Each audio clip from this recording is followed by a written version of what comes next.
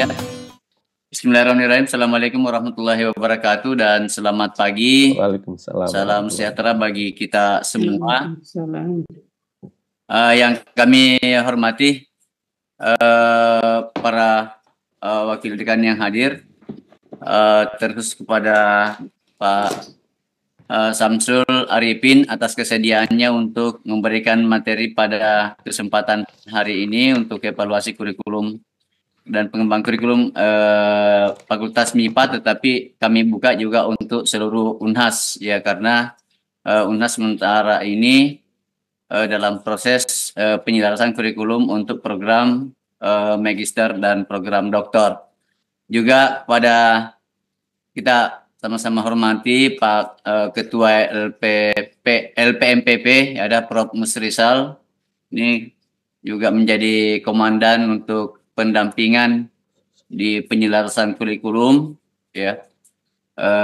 Mudah-mudahan dalam waktu bencana di awal ya, setelah asin biologi barangkali yang nanti kita akan melakukan ini apa namanya konseling yang kedua untuk melakukan pendampingan kepada Bapak Ibu yang telah menyusun terap kurikulum masing-masing ya, baik untuk yang S2 maupun untuk S3 ya. Apa namanya Pak Samsul ini kemarin bukan kemarinnya orang Jawa ya. Saya coba komunikasi untuk meminta tolong lagi memberikan pencerahan kepada kita semuanya, sekaligus juga menjadi bahan buat Bapak Ibu untuk mengisi di bab 2 di dalam struktur ya, ada evaluasi kurikulum. Jadi saya juga sudah mengirimkan kepada Pak Samsul terkait dengan contoh ataukah kurikulum yang 2018 yang kita pernah susun untuk yang S3 dan kemudian untuk yang S2. Dan saya kira ini juga komentar dari Pak Samsul terkait dengan kedua kurikulum itu bisa mewakili untuk seluruhnya ya, bahkan Unhas ya, karena struktur kurikulum yang ada Pak Samsul di kami formatnya sama ya. Jadi kurang lebih ini konten juga akan sama karena struktur sama, karena satu format itu digunakan untuk seluruh fakultas di Unhas, program studi baik S2 maupun S3 yang ini yang sudah ada. Jadi saya sekali lagi mengucapkan banyak terima kasih kepada Pak Samsul. Beliau meminta waktu sebenarnya di tanggal 29, hanya saja sedikit saya tanda petik memaksa karena kami ada ini batch berapa Prof itu ya, cluster F ya, cluster F kami divisitasi untuk asin Pak Sam ya. Jadi apa namanya statistika dengan fisika itu mulai dari tanggal 2 Rabu Kamis barangkali ya, mungkin besok akan mereka tiba di Makassar. Dan sebelumnya sudah kimia dengan farmasi S1 dan S2 farmasi, S1 apa namanya kimia, dan yang bersamaan dengan statistik itu adalah di klaster kedokteran juga ya. Akhirnya jadwal dari Pak Samsul yang seharusnya tanggal 26, karena memang tanggal 26 saya minta di awalnya beliau ada jadwal, akhirnya diatur kembali. Alhamdulillah beliau bisa berada di tengah-tengah kita walaupun di layar kita, layar kaca kita masing-masing ya. Jadi kami sedikit ini informasikan kepada Bapak bahwa kami sudah berproses ya. Jadi sebelumnya Pak Prof. Aulia juga pernah ya untuk satu Unhas ya, apa namanya daring, terus kemudian khusus untuk peraturan kemarin ada Direktur Belmawa juga alhamdulillah offline. Sekarang khusus untuk misalnya kami mengundang khusus untuk Fakultas MIPA, tetapi kami apa namanya juga membuka untuk program studi yang lain yang ada di Unhas ini, supaya semua benar-benar clear apa yang akan kita ini apa namanya susun nantinya. Ini juga terkait paling menghus barangkali adalah terkait dengan yang perubahan drastis itu terkait dengan apa namanya SKS ya. Kemudian yang kedua adalah terkait dengan penyusunan CPL yang tidak lagi secara eksplisit dibagi-bagi dalam 4 ranah itu ya. Jadi tetapi menyusun CPL di dalam bentuk ini terintegrasi dari 4 yang ranah yang sebelumnya. Eh, itu saja barangkali dari pengantar dari saya, Pak Samsul. Jadi teman-teman semuanya, Pak Samsul kan Bapak Ibu sudah misalnya kenal ya, karena pernah kita satu Unhas kita mengundang beliau bersama dengan Prof. Paulin dalam rangka penyusunan RPS ya, yang berbasis OBE, dan kemudian juga untuk yang project based learning, dan kemudian studi kasus ya, pada saat kita tahun lalu ya di program IKU ya. Jadi beliau ini adalah di ITS, dan kemudian kemarin saya dapat nomornya Bapak dari Pak Dodot, Pak Sam. Jadi Pak Dodot itu adalah, ini ada Prof Musi juga ini satu. Ini saya dulu satu laboratorium waktu sekolah, Pak. Beliau S2, saya S3 ya. Lanjut sampai sekarang alhamdulillah satu ini. Baik, untuk mengefisienkan waktu, saya persilakan kepada Pak Samsul untuk menyampaikan materinya. Mudah-mudahan Bapak Ibu semuanya bisa apa namanya bisa ini untuk diskusi ya. Pak WD1 bisa memandu ya? Hai, halo. Oke, sambil menunggu Pak Hai barangkali mungkin ini. Silakan Pak Sam. Ya. Baik, terima kasih Pak Dekan atas kesempatan yang diberikan pada saya. Assalamualaikum warahmatullahi wabarakatuh. Salam, ya, salam sejahtera Bapak Ibu. Yang terhormat Pak Dekan FMIPA, Pak Dr. Engineering Amiruddin, yang terhormat Bapak Ibu Wakil Dekan, dan yang terhormat Bapak Ketua LPMPP, Prof. Musrizal Muin. Terima kasih atas kehadirannya dan atas undangannya, dan juga yang terhormat Bapak Ibu peserta workshop pada pagi hari ini yang bisa hadir dalam keadaan sehat walafiat. Alhamdulillah kita bisa ketemu lagi ya Bapak Ibu, walaupun pertemuan kali ini secara daring. Semoga tetap bisa memberikan nuansa diskusi yang baik begitu terkait dengan tema pagi hari ini, yaitu tentang kurikulum program Pascasarjana, Magister, dan Doktor. Memang di antara standar-standar yang ada di dalam Permendikbud nomor 53 tahun 2023 ini, yang paling rumit ini adalah program Magister dan program Doktor. Paling rumit karena memang tawar-menawarnya itu panjang sekali Bapak Ibu, tawar-menawarnya. Ya, terutama soal ini ya Bapak Ibu, soal bobot SKS atau jumlah beban SKS buat mahasiswa magister dan mahasiswa doktoral gitu ya Bapak Ibu. Jadi Bapak Ibu, kalau kita kilas balik ke belakang begitu Bapak Ibu, itu pada saat Undang-Undang nomor 12 tahun 2012 itu memerintahkan untuk menetapkan sebuah peraturan menteri terkait dengan standar pendidikan tinggi, maka tahun 2014 itu diterbitkan Permendikbud nomor 49 tahun 2014 terkait dengan standar pendidikan tinggi. Ya, pada saat itulah kita pertama kali mempunyai standar nasional pendidikan tinggi khusus untuk pendidikan tinggi. Dan di antara isi dari standar itu Bapak Ibu, di antaranya tentang beban SKS ini. Nah, beban SKS untuk magister pada saat itu adalah 72 SKS. Dan beban SKS untuk doktoral pada saat itu adalah 108 SKS. Perhitungannya dari mana? Perhitungannya dari satu SKS itu setara dengan 150 menit. 160 menit, mohon maaf, 160 menit per minggu satu SKS. Kalau sekarang kan satu SKS-nya 45 jam per semester ya. Kalau dihitung menjadi per minggunya ketemunya 170 menit ya. Nah, pada saat itu Bapak Ibu, tahun 2014 itu presidennya baru, lalu menterinya juga baru, menterinya pada saat itu Prof. Nasir dari Undip, Bapak Ibu. Banyak protes dari perguruan tinggi, terutama perguruan tinggi swasta ya Bapak Ibu. Karena perguruan tinggi swasta ini merasa S2 dengan 72 dan S3 dengan 108 itu teramat berat. Mengapa berat? Karena di swasta itu biaya kuliah SPP itu berdasarkan SKS. Ya, jadi mahasiswa mengambil berapa SKS, per SKS-nya sekian rupiah. Nah, itu kalau dari 36 menjadi 72, ini beban SPP-nya menjadi berat gitu ya.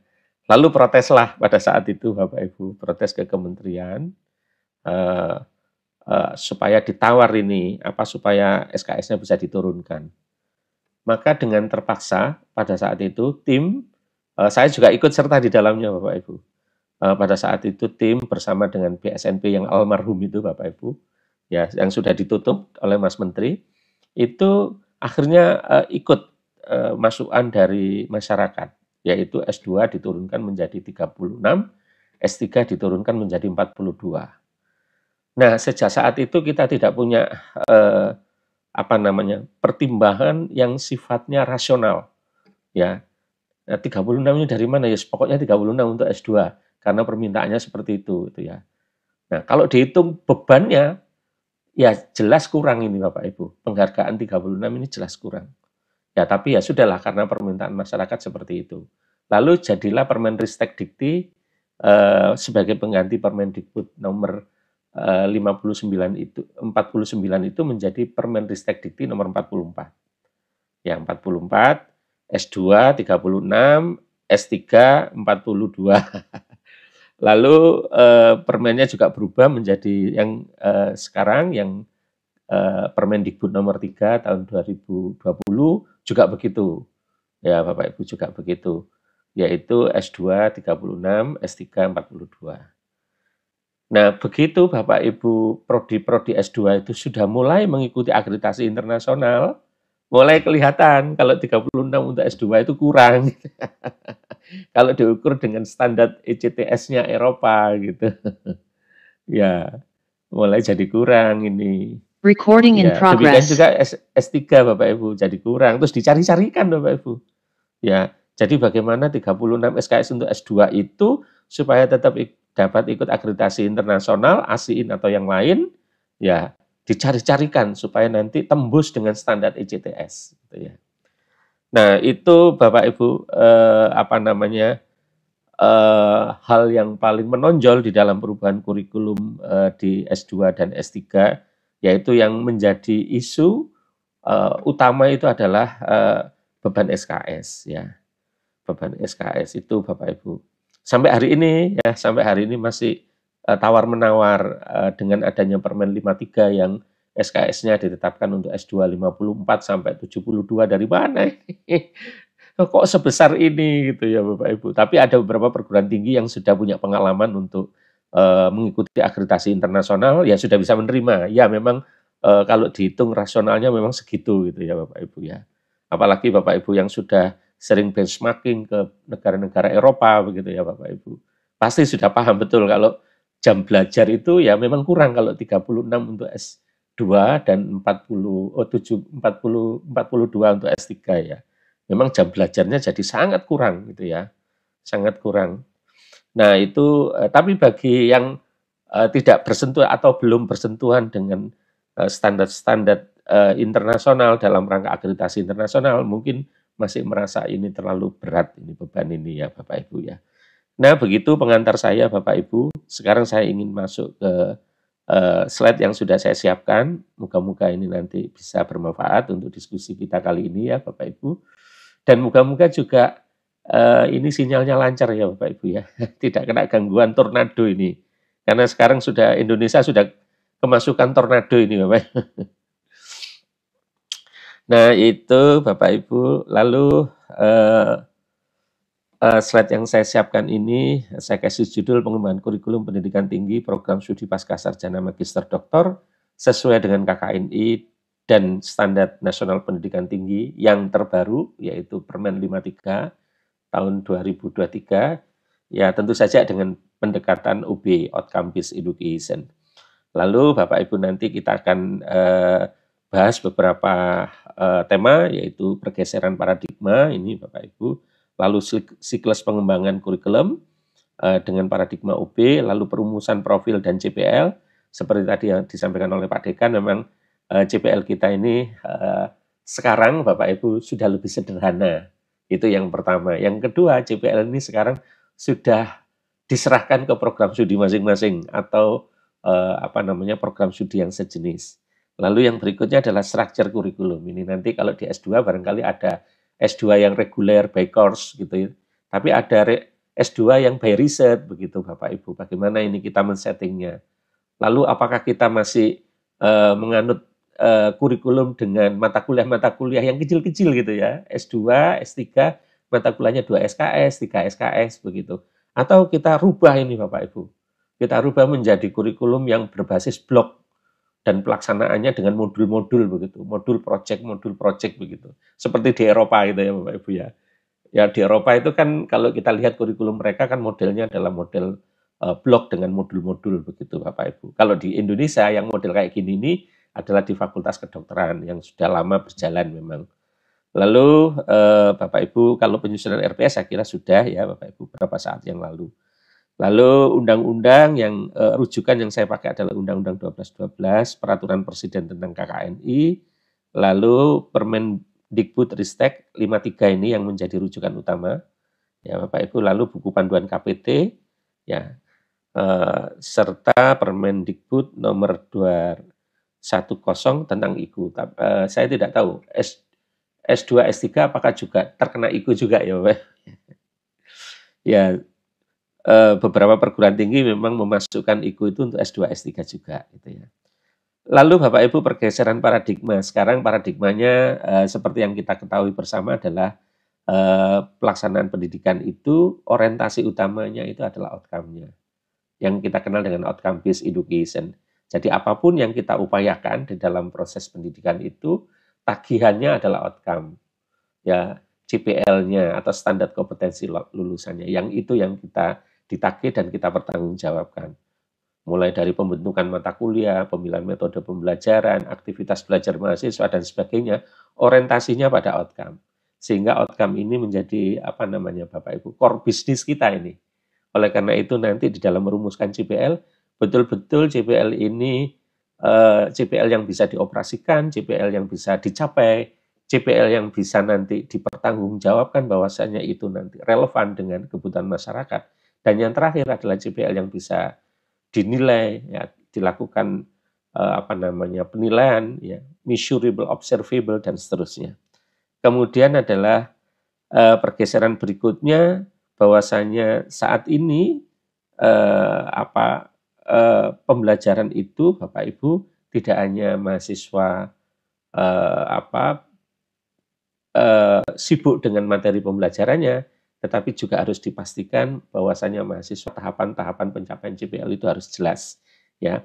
Lalu pergeseran berikutnya, kalau dulu mungkin dosen menganggap bahwasanya proses belajar itu transfer of knowledge, sekarang sudah tidak bisa lagi.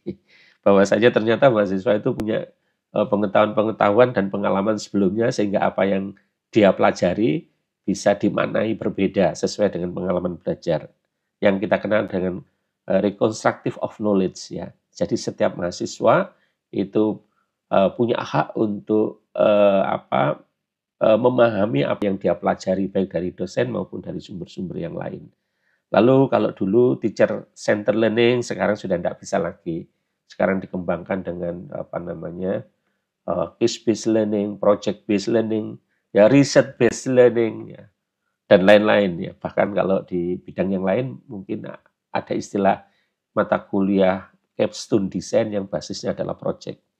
Lalu Bapak Ibu kalau dulu mungkin kemampuan itu dipecah-pecah begitu. Ada kognitif, ada afeksi, ada psikomotorik. Sehingga dulu melihat keluasan kedalaman dari mata kuliah yang kemudian muncul bobot SKS itu berdasarkan kognitif saja gitu. Jadi C berapa, C1, C2, C3, lalu nanti kalau C1 bobotnya 1, C2 bobotnya 2, begitu. Ya, Bapak Ibu. Lalu nanti dihitung keluasan kedalamannya berapa, ketemulah bobotnya sekian itu dulu, Bapak Ibu. Dan itu pun tidak ada rujukan yang jelas itu. Merujuk kemana itu? Merujuk ke Pak Blum, ya Pak Blum nggak pernah ngomong kalau jenjang kognitif itu digunakan untuk menghitung SKS. Lalu menurut Pak Anderson yang merevisi Pak Blum di dalam bukunya, di dalam paper-papernya juga tidak pernah, Bapak Ibu. Tidak pernah bahwasanya taksonomi Bloom itu digunakan untuk menghitung bobot SKS. Ya, tidak pernah. Menurut permen-permen yang kita miliki juga tidak pernah.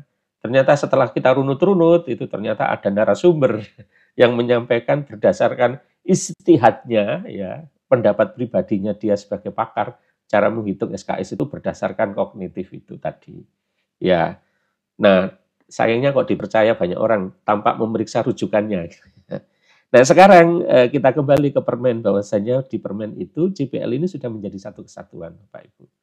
Ya, satu kesatuan, baik menurut undang-undang maupun menurut permen yang baru sudah dikembalikan lagi bahwasanya capaian pembelajaran lulusan itu merupakan satu kesatuan, ya, baik kompetensi pengetahuan, keterampilan maupun sikap. Jadi kalau kita akan menghitung berapa waktu mahasiswa harus belajar, ya hitungannya adalah kemampuan yang terintegrasi itu, Bapak Ibu. Ya, misalnya mahasiswa mampu mendesain penelitian dan menyusun proposal tesis, ya. Nah, itu mesti harus bisa dihitung waktu, bagaimana pengetahuannya, bagaimana keterampilannya, bagaimana sikapnya. Ya, harus dihitung dalam satu kesatuan, ya, waktunya. Nah, tentu saja untuk mengestimasi waktunya perlu expert judgment, Bapak Ibu, perlu pengalaman. Jadi mulai tidak bisa menyusun proposal tesis sampai dia bisa menyusun proposal tesis ini perlu waktu berapa lama? Nah, pasti Bapak Ibu dosen yang berpengalaman bisa mengestimasi, oh ini perlu waktu sekian, ya. Nah begitu Bapak Ibu. Lalu ada juga yang mengatakan bahwasanya keterampilan belajar abad 21 ini diadres oleh Permen 53. Jadi di dalam Permen 53 itu Bapak Ibu ada 4 butir yang harus kita lihat di dalam menyusun CPL, ya Bapak Ibu, di Permen 53 itu. Di antaranya adalah kecakapan yang bersifat umum, dan kecakapan yang bersifat umum ini bersifat global, Bapak Ibu, yaitu misalnya kita bisa merujuk pada keterampilan belajar abad 21, yaitu bagaimana mahasiswa bisa memiliki kemampuan di dalam berpikir, yaitu berpikir secara kreatif dan inovatif, lalu critical thinking, problem solving, decision making. Nah ini Bapak Ibu, kalau Bapak Ibu mahasiswa S2, S3 itu hanya ikut kuliah saja, tidak bakalan bisa tercapai ini. Jadi kuliah tugas, kuliah project begitu, kuliah menyelesaikan problem, gitu ya. Ya bahkan banyak para ahli mengatakan ya mahasiswa belajar itu ya esensinya adalah menyelesaikan masalah. Pendidikan itu ada karena di masyarakat ada masalah. Ya, masalah-masalah yang akan diselesaikan melalui jalur pendidikan. Maka pendidikan itu ada gitu ya, Bapak Ibu ya.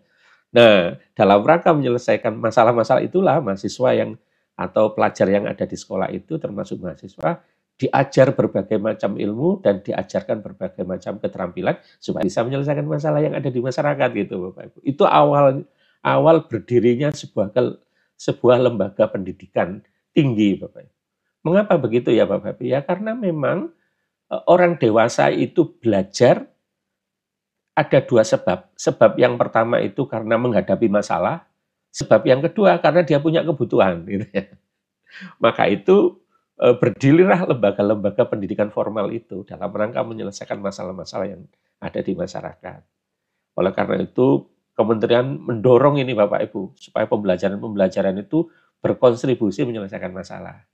Ya mulai dari S1 dengan IQ nomor 7-nya, S2 sejak dulu dengan KKNI-nya harus menyelesaikan masalah gitu ya. Nah itu Bapak Ibu. Lalu yang terpenting lagi adalah learn to learn ya. Bagaimana mahasiswa itu belajar eh, pengetahuan dan teknologi yang dia dalami itu dalam rangka untuk menyusun cara berpikirnya dia, ya, yang sering disebut dengan metakognisi ini, Bapak Ibu. Ya, bagaimana dia belajar untuk membuat struktur berpikir, ya, di dalam menyelesaikan setiap masalah. Ya. Yang penting itu, Bapak Ibu. Ya, yang berikutnya itu adalah way of working ini ya, kemampuan komunikasi baik secara lisan maupun secara tertulis begitu. Ya, ini mulai diajarkan di S1, di S2 ditingkatkan lagi. Mahasiswa S2 diwajibkan ikut conference internasional gitu ya. Setidaknya itu. Lalu kalau ada lagi kesempatan mahasiswa S2 diminta untuk menulis paper, publikasi internasional maupun nasional gitu. Lalu yang tidak kalah pentingnya bagaimana mahasiswa juga belajar berkolaborasi walaupun barangkali untuk S2 katanya lebih banyak individual. Ya tidak Bapak Ibu. Ya justru di S2 ini makin diperkuat kemampuan bekerja di dalam tim ya, kolaboratif. Kemudian literasi ini Bapak Ibu, pemahaman tentang informasi, ya tentang ICT, tentang artificial intelligence dan big data begitu Bapak Ibu. Saya kemarin itu di bulan November tahun 2023 kebetulan ITS mendapatkan penghargaan dari UNESCO ya Bapak Ibu. Kami diundang di Shenzhen di Cina sana. Nah pada saat kami berada di sana, kami mengikuti conference yang diadakan oleh UNESCO.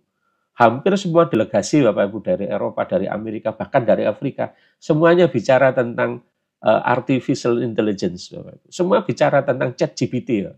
ChatGPT yang digunakan di dalam proses pembelajaran. Dan bahkan di antara mereka itu Bapak Ibu dari Nigeria ya Bapak Ibu dan dari beberapa negara Afrika, dia sudah punya risetnya, penelitian penggunaan ChatGPT untuk meningkatkan performa di dalam belajar ini Bapak Ibu. Sementara kita di sini masih maju mundur soal ChatGPT atau sistem-sistem artificial intelligence ini. Ini nanti menjadi plagiasi lah, menjadi inilah. Semua yang muncul itu adalah kekhawatiran. Kalau mereka yang muncul adalah hasil riset gitu ya.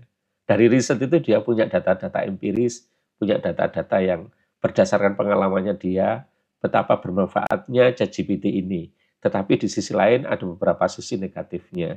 Nah itu Bapak Ibu, moga-moga kita nanti menghadapi era baru di era artificial intelligence ini Bapak Ibu, ChatGPT itu adalah sebagai normal baru di dunia pendidikan tinggi. Seperti tahun berapa itu Bapak Ibu? 97 ya Bapak Ibu ya, atau 87 ya, saya lupa. 88 atau 87. Pertama kali kita punya search engine Google itu Bapak Ibu. Itu luar biasa kan Bapak Ibu. Kita bisa terkagum-kagum dengan search engine Google itu ya. Ternyata begitu kita ketik satu kata kita dapatkan sekian banyak hal gitu ya.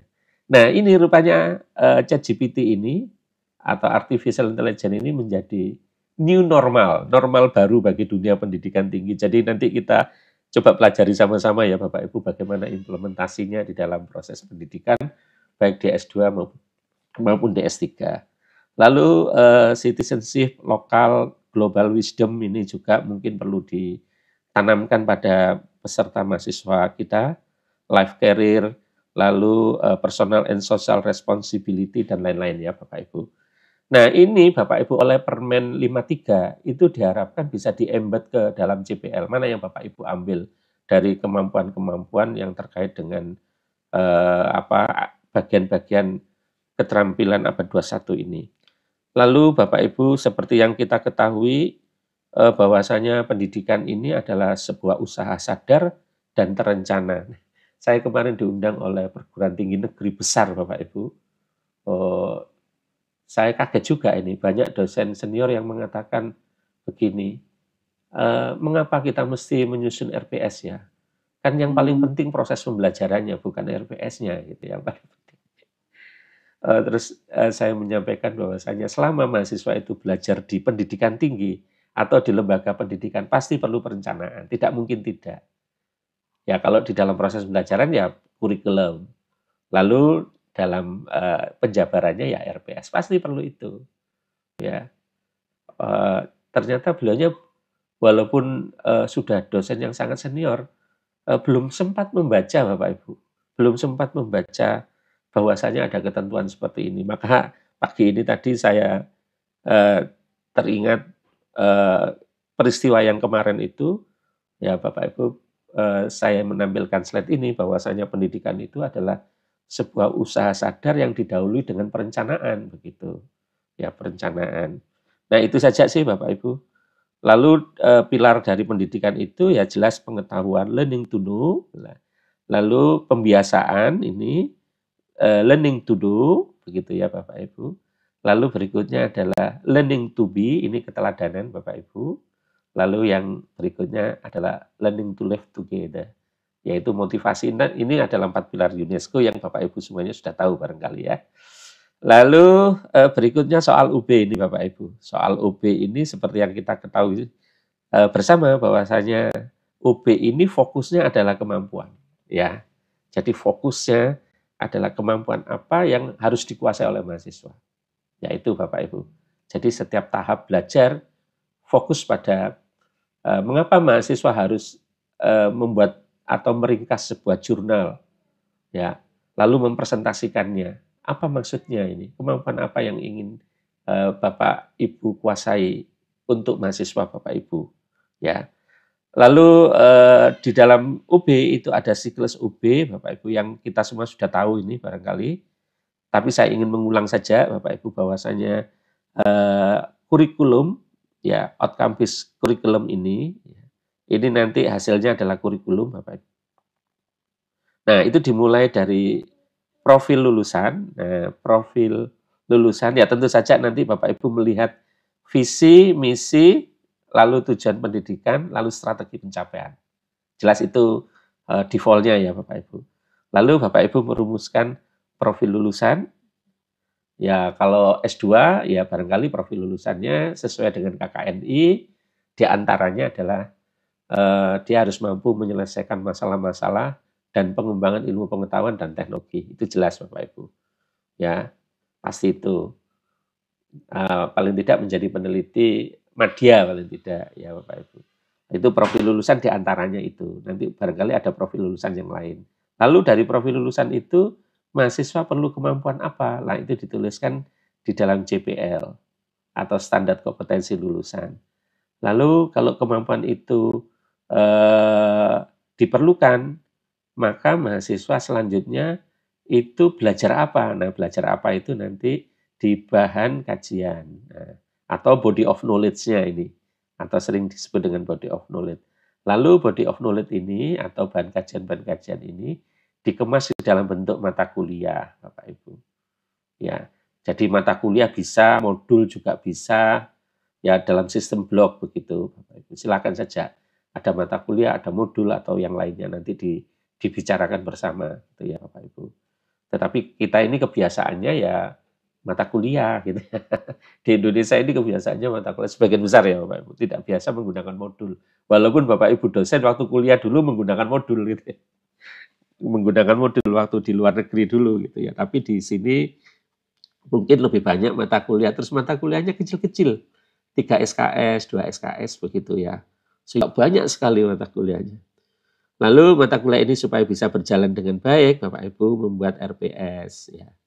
RPS tentu saja dengan dilengkapi dengan perangkat pembelajaran ya. Ya ada apa namanya instrumen penilaian gitu. Ya ada panduan tugas dan lain sebagainya. Nah, RPS ini Bapak Ibu, kalau saya perhatikan di banyak perguruan tinggi, ya mungkin tidak termasuk tempatnya Bapak Ibu karena saya tahu di Unhas ini sudah beres soal RPS ini. Itu jenjangnya makin tinggi Bapak Ibu, itu makin tidak lengkap gitu ya. Kalau S1 bisa 100% gitu, keberadaan RPS. Lalu kalau S2 kadang-kadang tidak 100%, kadang-kadang hanya mata kuliah wajib saja yang ada. Apalagi ke S3 gitu, makin kurang lagi RPS-nya. Ya, jadi makin tinggi jenjang pendidikannya itu makin berkurang jumlah RPS-nya. Padahal setiap mata kuliah menurut Permen itu tadi harus memiliki rencana pembelajaran. Lalu setelah RPS ini jadi, selanjutnya adalah Bapak Ibu menyusun bahan ajar ini. Bahan ajar nanti bisa dalam bentuk modul ajar, buku ajar, begitu. Ya diktat, buku referensi, buku monograf itu adalah bahan ajar semua yang bisa dipakai di dalam proses pembelajaran ya. Paling jelek itu adalah PPT Bapak Ibu. Ya maksudnya paling jelek itu paling sederhana itu PPT dosen itu paling sederhana. Jadi kalau PPT dosen itu sekali ngajar 10 halaman, 10 slide begitu dikalikan 14 kali, itu sudah 140 Bapak Ibu. Nah, 10 slide setiap ngajar itu ngomongnya 100 menit. Itu kalau dituliskan itu bisa berhalaman-halaman itu, dituliskan dalam buku itu. Jadi kalau Bapak Ibu punya PPT lalu digunakan untuk ngajar dan setiap ngajar itu didokumentasi, ya minta bantuan mahasiswa begitu. Itu akhir kuliah sudah punya draft buku ajar, punya draft buku modul ajar dan lain-lain ya. Ya, cuman kita punya waktu atau tidak betul. Nah ini Bapak Ibu, mulai dari profil lulusan sampai bahan ajar ini, kata kuncinya itu adalah constructive alignment. Bagaimana sampai dengan bahan ajar ini memang betul-betul selaras dengan profil lulusan dan CPL-nya. Nah kalau sudah begitu Bapak Ibu kita bisa klaim bahwasanya kurikulum kita ini adalah kurikulum yang dikembangkan dengan paradigma outcome based education. Dan ini selalu menjadi pertanyaan favorit ini. Jadi mata kuliah apa saja yang mendukung pencapaian profil, metode pembelajaran apa saja yang mendukung pencapaian profil, lalu evidennya dilihat RPS-nya seperti apa, dan seterusnya. Nah itu ya Bapak Ibu terkait dengan outcome based curriculum. Lalu yang lain-lain saya kira Bapak Ibu nanti bisa membaca di tempat yang lain.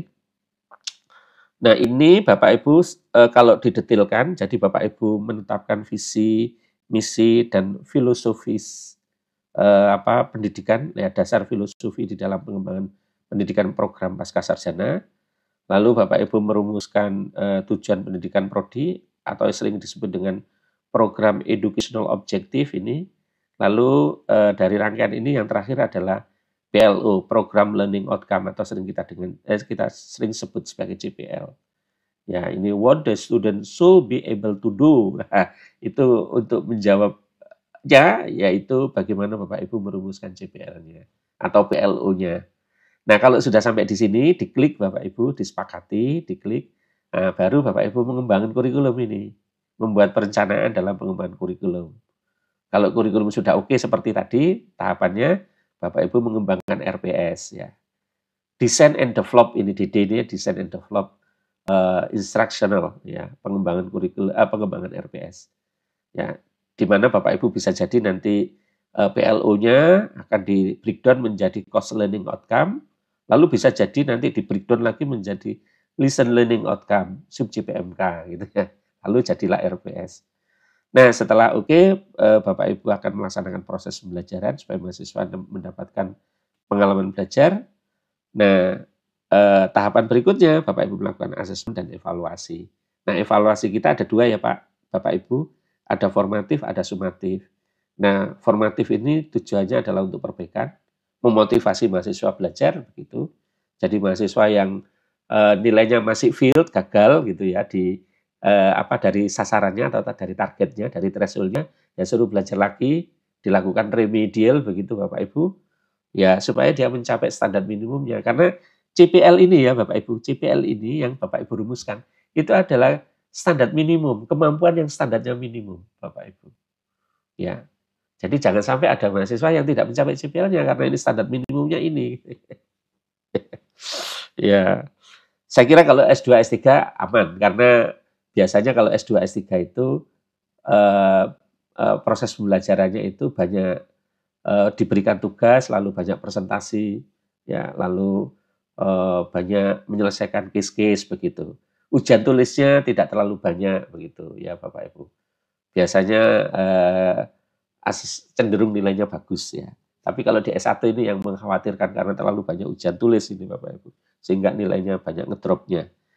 Lalu kalau evaluasi sumatif itu tujuannya adalah untuk mengambil keputusan ya apakah mahasiswa ini lulus atau tidak, mahasiswa ini perlu mengulang lagi semester depan atau tidak. Lalu juga bisa digunakan untuk sumatif ini untuk melihat apakah RPS ini semester depan perlu diperbaiki atau tidak. Ya, apakah tetap RPS ini akan dipakai semester depan. setelah dilakukan audit tiap akhir tahun ya, setiap akhir tahun dilakukan audit, lalu dilihat kelayakan RPS ini digunakan di semester berikutnya. Ya, ini menggunakan evaluasi sumatif. Kira-kira demikian Bapak Ibu siklusnya, forward dan backward-nya ini harus jalan ya, supaya kita bisa full menjalankan UB ini, paradigma UB ini. Lalu ini yang tadi saya ceritakan Bapak Ibu, UB kita itu perjalanannya seperti ini Bapak Ibu. Jadi sebenarnya kalau kita mengatakan kapan kita mulai UB, sebenarnya yang mulai tahun 2000 ini sudah UB nih Bapak Ibu. Ya, karena pada tahun 2000 ini kita punya peraturan menteri ya yang kurikulum kita harus disusun berdasarkan kompetensi, kompetensi utama, kompetensi pendukung, kompetensi lainnya. Itu perintah Permen yang nomor 232 dan Permen 045 ini Bapak Ibu. Lalu dulu dikelompokkan mata kuliah menjadi 5 kelompok. Ya, MPK, MKK dan seterusnya. Tapi kompetensinya selevel apa memang belum diatur pada saat itu. Nah, sejak tahun 2012 muncul peraturan presiden tentang KKNI, mulai Bapak Ibu ada kualifikasi tentang jenjang kemampuan ya untuk bidang pekerjaan. Ya, di mulai level 1 sampai level 9. Kemudian beberapa bulan berikutnya setelah KKN ini terbit di tahun 2012 muncul Undang-Undang 12 tahun 2012 yang memerintahkan kurikulum pendidikan tinggi harus mengacu pada KKNI. Ya, Bapak Ibu. Lalu undang-undang ini seperti yang saya katakan tadi memerintahkan juga diterbitkannya peraturan menteri ya pendidikan terkait standar nasional pendidikan tinggi. Nah, pada saat itu muncul SNDikti pertama kali tahun 2014, direvisi tahun 2015. Tadi ceritanya sudah saya sampaikan di pengantar tadi. Dan sejak saat itu CPL kita itu dibagi 4 aspek gini Pak. Ada sikap, pengetahuan, keterampilan umum, keterampilan khusus. Sikap ini sifatnya universal, umum untuk semua jenjang. Lalu yang keterampilan umum ini sesuai standar minimum sesuai dengan jenjang pendidikannya. Lalu pengetahuan dan keterampilan khusus ini itu merupakan penciri dari program studi yang sama begitu ya sesuai dengan jenjangnya. Lalu kita beramai-ramai membuat CPL dalam bentuk sikap dan jumlahnya berpuluh-puluh Bapak Ibu. Berpuluh-puluh. Dan sampai hari ini kita kalau tanya apakah CPL segitu banyak itu menjadi fokus dalam proses pendidikan? Tidak semuanya bisa menjawab Bapak Ibu. Apakah CPL segitu banyak itu 40 sampai 50 itu memang dilakukan penilaian? Tidak ada satupun yang bisa menjawab ini. Dinilai berdasarkan CPL apa tidak. Pokoknya yang penting punya CPL jumlahnya 40-50 begitu ya Bapak Ibu. Dan pada saat itu setiap kali rapat kurikulum semua dosen ya mengusulkan ini CPL-nya harus ditambah begitu. Tidak pernah ada pertanyaan bagaimana cara mencapainya kalau usulannya seperti itu CPL-nya gitu. Nanti berada di mata kuliah mana begitu ya. Pokoknya yang penting CPL-nya banyak. Lalu pada saat dikembangkan kurikulum, CPL-nya dicentang di semua mata kuliah. Dan centangnya ya dikira-kira saja gitu ya Bapak Ibu ya. Nah, itu Bapak Ibu kemudian muncul tahun 2015 itu sertifikasi AUN-QE pertama kali masuk ke Indonesia. Pada saat itu kita sering oleh asesor dari Malaysia, dari Singapura, bahkan dari Vietnam itu Bapak Ibu waktu melakukan visit ke ITS itu selalu tertawa-tawa dia melihat CPL kita yang jumlahnya 50 itu. Dia selalu mendesak gitu Bapak Ibu. Ini bagaimana kalian mencapainya ini gitu ya. Bagaimana mahasiswanya belajar dengan CPL yang segini banyak ini. Mereka mempertanyakan CPL yang jumlahnya besar itu.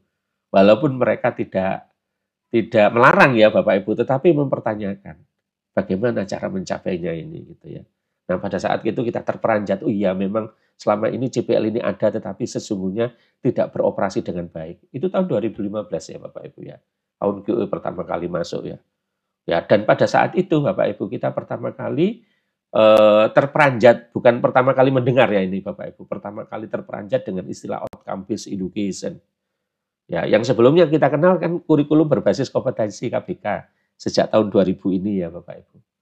Tiba-tiba di tahun 2015 ada lembaga sertifikasi masuk ya AUN-QE itu seperti itu. Lalu 2 tahun berikutnya beberapa lembaga akreditasi dari Eropa, dari Amerika masuk ke Indonesia, malah memperkuat tentang tagihan-tagihan UB ini, outcome based education itu Bapak Ibu ya. Nah itu Bapak Ibu, jadi di tahun kira-kira di sini ya Bapak Ibu, 2015 ini tagihan UB ini Bapak Ibu. Nah, mulai gencar ini ya. Jadi perguruan tinggi sudah mulai latah ini Bapak Ibu. Berbasis UB dan seterusnya begitu. Lalu tahun 2020 Bapak Ibu muncul Permendikbud nomor 3 ini yang kemudian dengan walaupun agak nge-lag ya Bapak Ibu, oleh lembaga akreditasi BAN mulai diadopsi ya. Nge-lag-nya kurang lebih 1-2 tahun ya Pak ya. Semula kan menggunakan 7 standar. Ya, waktu Permen nomor 3 ini muncul, ternyata tidak segera diadopsi oleh BAN, masih bertahan menggunakan 7 standar. Katanya BAN ini lebih kuat daripada Permen. Nah, katanya begitu. Perguruan tinggi harus patuh dengan BAN gitu ya, BAN PT. Waktu itu ya, di antara pembicaraan antara para petinggi-petinggi di BAN. Tapi lama-lama ya karena Permendikbud ini adalah penugasan dari undang-undang, ya BAN-nya harus ikut standar itu. Akhirnya mereka mengembangkan 9 kriteria. Nah, di dalam 9 kriteria itulah Bapak Ibu mulai terlihat bahwasanya OB ini menjadi nafas dari Permen 53. 8 standar itu, 7 standar mengacu pada standar kompetensi lulusan dan JPL. Ya, dengan kata lain, baru di instrumen BAN PT yang mengadopsi Permen 3 inilah betul-betul OB itu menjadi landasan tagihan di dalam proses pendidikan ya yang diakreditasi oleh mereka. Nah, lalu Bapak Ibu tahun 2023 muncul Permen 53 yang JPL-nya sekarang sudah menjadi satu kesatuan. Jadi nanti dokumennya Bapak Ibu yang ada di pasca S2 dan S3, mohon Bapak Ibu terminologinya sudah tidak perlu menggunakan ini lagi, ya bahwasanya JPL terdiri dari sikap, pengetahuan, keterampilan sudah tidak perlu digunakan terminologi ini, langsung saja Bapak Ibu menggunakan istilah yang ada di dalam Permendikbud nomor 53, yaitu bahwasanya capaian pembelajaran merupakan kesatuan dari kompetensi, sikap, pengetahuan, dan keterampilan. Jadi nanti barangkali Bapak Ibu merumuskan JPL 1 apa, JPL 2 apa, di dalamnya sudah ada unsur pengetahuannya, keterampilannya, dan sikapnya. Seperti itu ya Bapak Ibu. Lalu hal yang penting lagi, saya kira di UNAS barangkali sudah punya, seperti juga di ITS, itu adalah apa yang disebut dengan UB Komite oleh mereka, atau kita sebutnya Advisory Board ini. Jadi Dewan Penasehat Program Studi atau jurusan ya Bapak Ibu ya, tepatnya program studi. Nah ini juga menjadi permintaan ini dari lembaga akreditasi, ditanya ini punya enggak Advisory Board itu. Yang tugasnya adalah diantaranya memonitoring pelaksanaan proses pembelajaran, lalu memberikan masukan-masukan, lalu membuat membuat ini Bapak Ibu mediasi hubungan antara perguruan tinggi, program studi dengan mitra dan lain-lain Bapak Ibu. Nah, tentu saja UNAS yang sudah berpengalaman di dalam akreditasi internasional pasti pernah pernah menerima pertanyaan tentang advisory board ini. Sudah ada enggak ini untuk mengawal pelaksanaan paradigma UB di dalam proses pembelajaran kurikulum gitu ya. Saya tidak menjelaskan lebih detail, nanti mungkin kalau ada yang tertarik untuk berdiskusi di situ.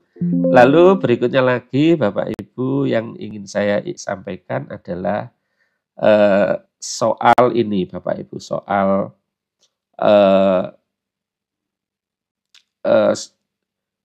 tahapan ini ya Bapak Ibu, tahapan tahapan pengembangan kurikulum ya, atau tahapan penyusunan kurikulum. Jadi Bapak Ibu di samping visi misi, tujuan dan strategi pencapaiannya, itu Bapak Ibu jangan lupa untuk melihat market signal ini dan scientific vision. Ya, barangkali kalau di S1 lebih banyak melihat market signal. Ya, tapi kalau di S2 dan S3 sesuai dengan level KKNI ya, level 8 dan 9 itu kayaknya lebih stressingnya di scientific vision ini Bapak Ibu, karena di KKNI itu S2 dan S3 itu salah satu kemampuan utamanya adalah menyelesaikan permasalahan-permasalahan dan termasuk mengembangkannya ya dalam ilmu pengetahuan dan teknologi ya melalui pendekatan riset. Nah, itu ya. Berarti lebih banyak di scientific vision-nya ini ya. Riset baik inter maupun multidisiplin untuk S2, kalau untuk S3 adalah inter, multi, dan transdisiplin. Lalu kalau sudah Bapak Ibu, kalau sudah nanti dilakukan analisis kebutuhan ini, ya kemudian Bapak Ibu merumuskan profil lulusan, saya lihat tadi sudah, yaitu sebagai akademisi, sebagai peneliti media untuk magister ya, dan seterusnya. Lalu Bapak Ibu merumuskan JPL tadi yang sudah saya bahas. Kemudian Bapak Ibu melihat beberapa hal yang penting, yaitu mengacu pada KKNI, SNDikti, dan seterusnya. Kemudian setelah itu Bapak Ibu menetapkan body of knowledge-nya, bahan kajiannya kayak apa, cocok enggak dengan profil lulusannya, lalu dikemas dalam bentuk mata kuliah, disesuaikan dengan JPL-nya. Kemudian Bapak Ibu mata kuliah itu setelah dibobotkan, yang paling penting lagi adalah disusun dalam sebuah struktur organisasi mata kuliah yang kita sebut dengan struktur kurikulum. Nah ini yang bagian yang sulit ini Bapak Ibu ya. Salah satu bagian yang sulit ini membuat struktur kurikulum ini. Ya nanti kita akan menanyakan ini masing-masing ke prodi ini. Tahun pertama yang terdiri dari semester 1, semester 2 itu mahasiswa mampu apa? Tahun kedua yang terdiri dari semester 3, semester 4 itu mahasiswa mampu apa? Nah, bisa tidak kita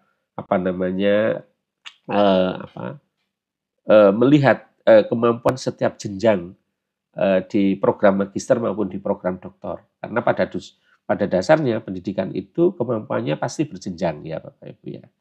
Nah, seperti itu.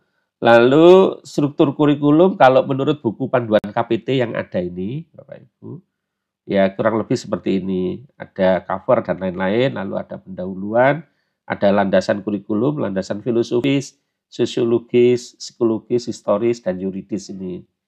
Ya, prodi itu ada secara filosofis itu apa gitu ya. Lalu visi misi ya, sampai dengan universal value. Terus kemudian yang keempat adalah evaluasi kurikulum dan tracer. Ya, ini dibahas di situ ya Bapak Ibu. Lalu berikutnya adalah profil lulusan dan CPL-nya. Itu di bab 5, bab 6-nya adalah penentuan bahan kajian. Lalu pembentukan mata kuliah jika memang diperlukan, beserta bobotnya berapa. Daftar sebaran mata kuliah. Struktur mata kuliahnya seperti apa. Implementasi hak belajar ini tidak ada kalau di magister gitu ya. Dan doktor, RPS, mekanisme, manajemen, dan penutup. Saya kira ini adalah secara umum saja Bapak Ibu. Tapi tadi disampaikan oleh Pak Dekan bahwasanya formatnya sama satu universitas. Saya kira itu sangat bagus ya Bapak Ibu ya. Sangat bagus ya. Di ITS juga sama ya. Jadi semua prodi menggunakan format yang sama yang dikirimkan oleh Direktorat Akademik dan Kantor Penjaminan Mutu. Jadi dipandu dengan format yang sama. Ya memang di antara bagian-bagian itu memang ada beberapa prodi yang menambahkan item-item yang di prodi yang lain tidak ada ya. Misalnya di arsitektur ada beberapa bagian yang agak berbeda dengan MIPA dan lain-lain ya. Seperti itu Bapak Ibu. Lalu berikutnya lagi yang ingin saya sampaikan adalah tentang ini Bapak Ibu. Tentang perumusan CPL ini ya. Nah, jadi saya akan sampaikan pada Bapak Ibu bahwasanya menurut undang-undang ini KKNI itu masih menjadi acuan pokoknya ya. Jadi kita tetap harus mengacu pada KKNI. Lalu yang kedua adalah standar kompetensi lulusan sebagai kriteria minimal merupakan kesatuan ini Bapak Ibu. Ya tadi yang sampaikan Pak Dekan tadi. Kompetensi sikap, keterampilan, dan pengetahuan. Yaitu Bapak Ibu. Jadi SNDikti yang nomor 3 sudah selesai Bapak Ibu ya. Yang terdiri dari 4 aspek itu sudah berhenti sampai di di tahun yang kemarin, tahun 2023. Ya. Nah, seperti itu Bapak Ibu. Lalu berikutnya lagi dalam merumuskan CPL itu dimulai dari profil tadi, ya Bapak Ibu. Lalu kemudian Bapak Ibu coba frame dengan learning outcome kriteria yang Bapak Ibu akan ikuti, akreditasinya di mana nanti. Kalau nanti ikut ASIIN, seperti apa learning outcome kriterianya, ya SSO-nya seperti apa, Bapak Ibu lihat nanti, itu Bapak Ibu adopsi, ya supaya nanti Bapak Ibu bisa mengikuti akreditasi yang Bapak Ibu inginkan. Yang jelas bahwasanya CPL itu harus ringkas, jelas, dan dapat dicapai, dan serta dapat didemonstrasikan oleh mahasiswa pada akhir proses pembelajaran, dapat diukur dan diamati. Ya, itu yang jelas. Lalu yang ini sudah stop Bapak Ibu, yang ini sudah stop. Nah, CPL-nya sekarang berganti seperti ini. CPL 1, 2, 3 atau CPL ABCD, silakan saja apa namanya. Sudah tidak lagi menggunakan pemisahan dengan 4 aspek ini. Walaupun di dalam setiap CPL itu ya tetap ada sikap pengetahuan dan keterampilan. Ya, tetap ada itu. Lalu ini adalah rujukannya Bapak Ibu, lihat KKNI. Dari KKNI itu lalu Bapak Ibu rumuskan CPL-nya ya sebagai standar kompetensi lulusan. Ya, seperti yang saya sampaikan tadi. Jadi sekarang lebih enak Bapak Ibu lihatnya cuma KKNI saja ya. Jadi lihat KKNI-nya seperti apa. Lalu rumuskan CPL-nya. Nah, setelah CPL-nya jadi Bapak Ibu lihat Permendikbud pasal 7 ini Bapak Ibu. Pasal 7 ini Bapak Ibu lihat ini.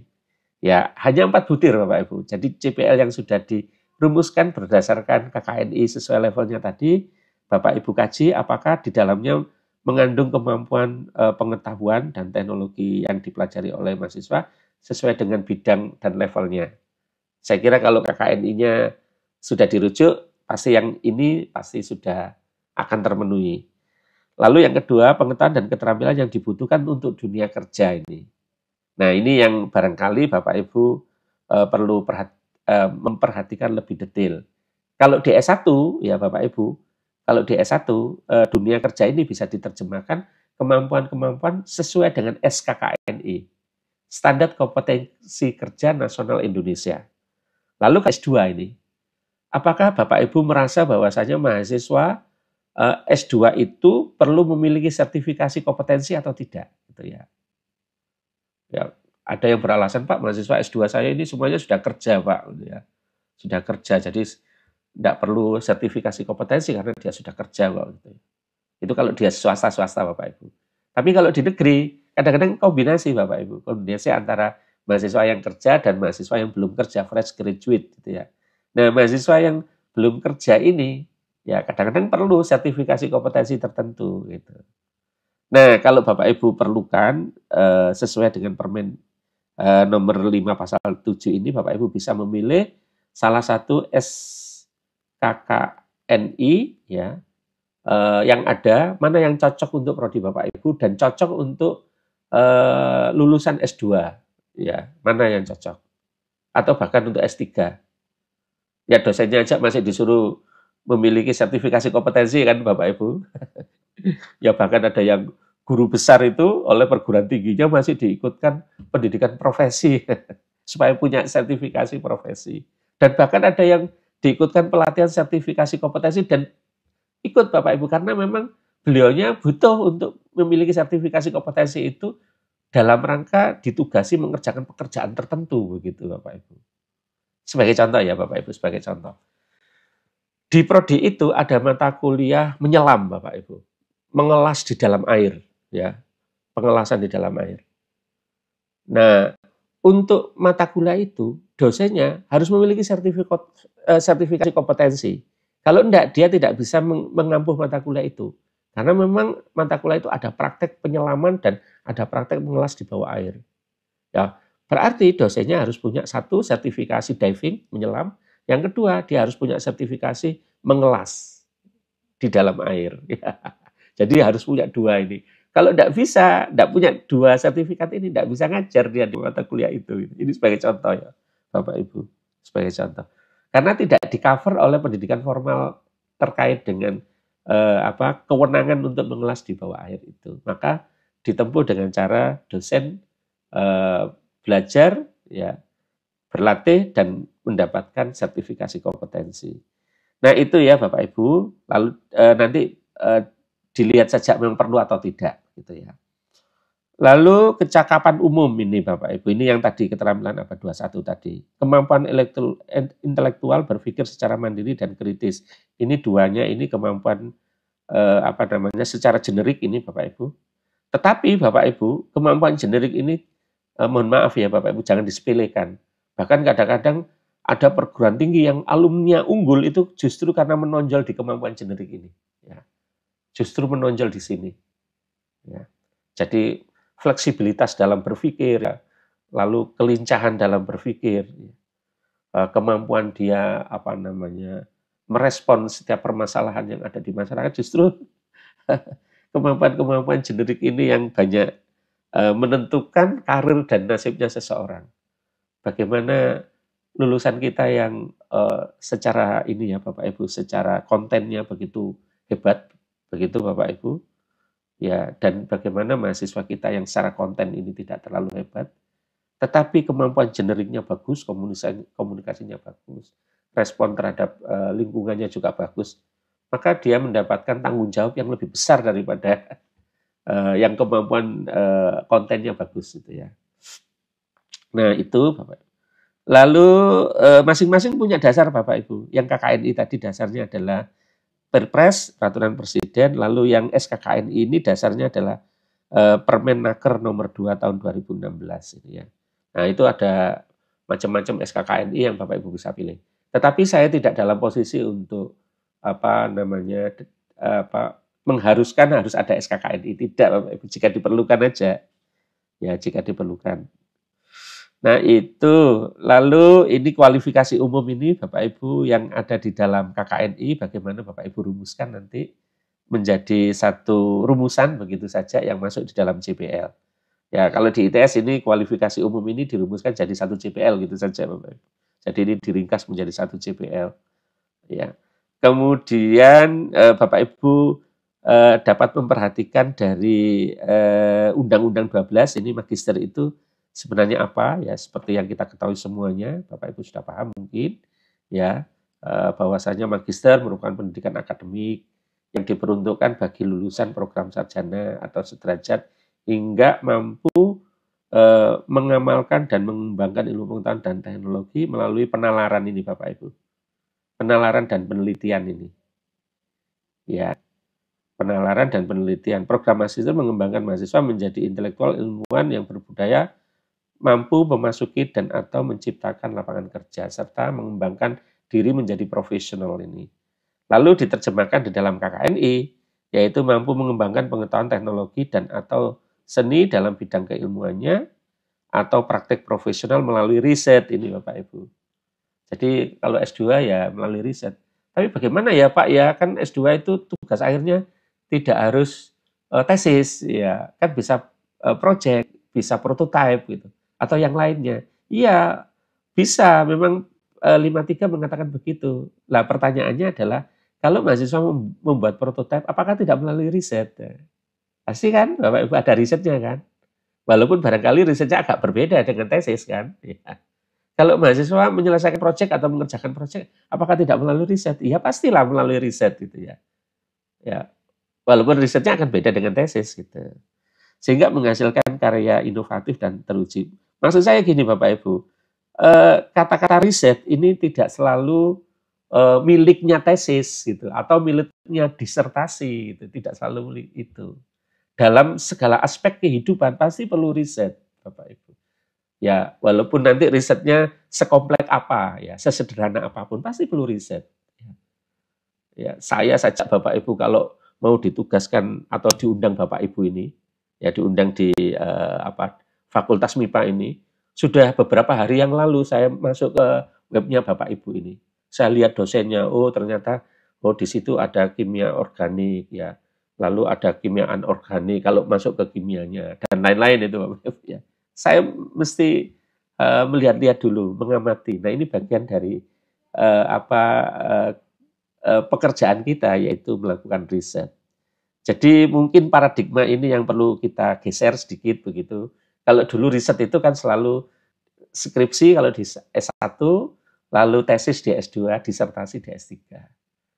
Ternyata kalau kita baca buku-buku tentang riset, ternyata tidak begitu ya Bapak Ibu. Dalam segala aspek kehidupan itu pasti diawali dengan riset untuk menyelesaikan masalah, sesederhana apapun masalahnya. Jadi dengan kata lain, KKN level 5 ini, butir yang pertama ini masih sangat relevan dengan pilihan-pilihan tugas akhir yang tesis, project, dan apa itu tadi, project dan prototype ya, dan yang lainnya yang sejenis ya. Masih sangat relevan kata riset ini. Lalu mampu memecahkan masalah ilmu pengetahuan teknologi dan atau seni dalam bidang keilmuan melalui pendekatan inter dan multidisiplin ya. Pendekatan inter dan multidisiplin. Inter itu adalah bidang ilmu yang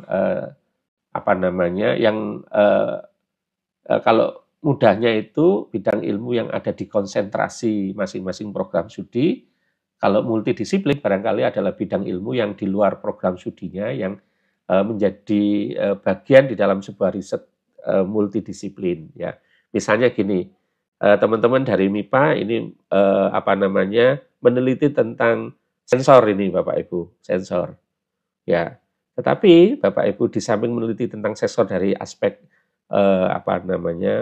tinjauan sains, Bapak Ibu juga mempertimbangkan bagaimana aplikasinya. Jadi Bapak Ibu bekerja sama dengan teman-teman yang dari jurusan teknik elektro begitu ya.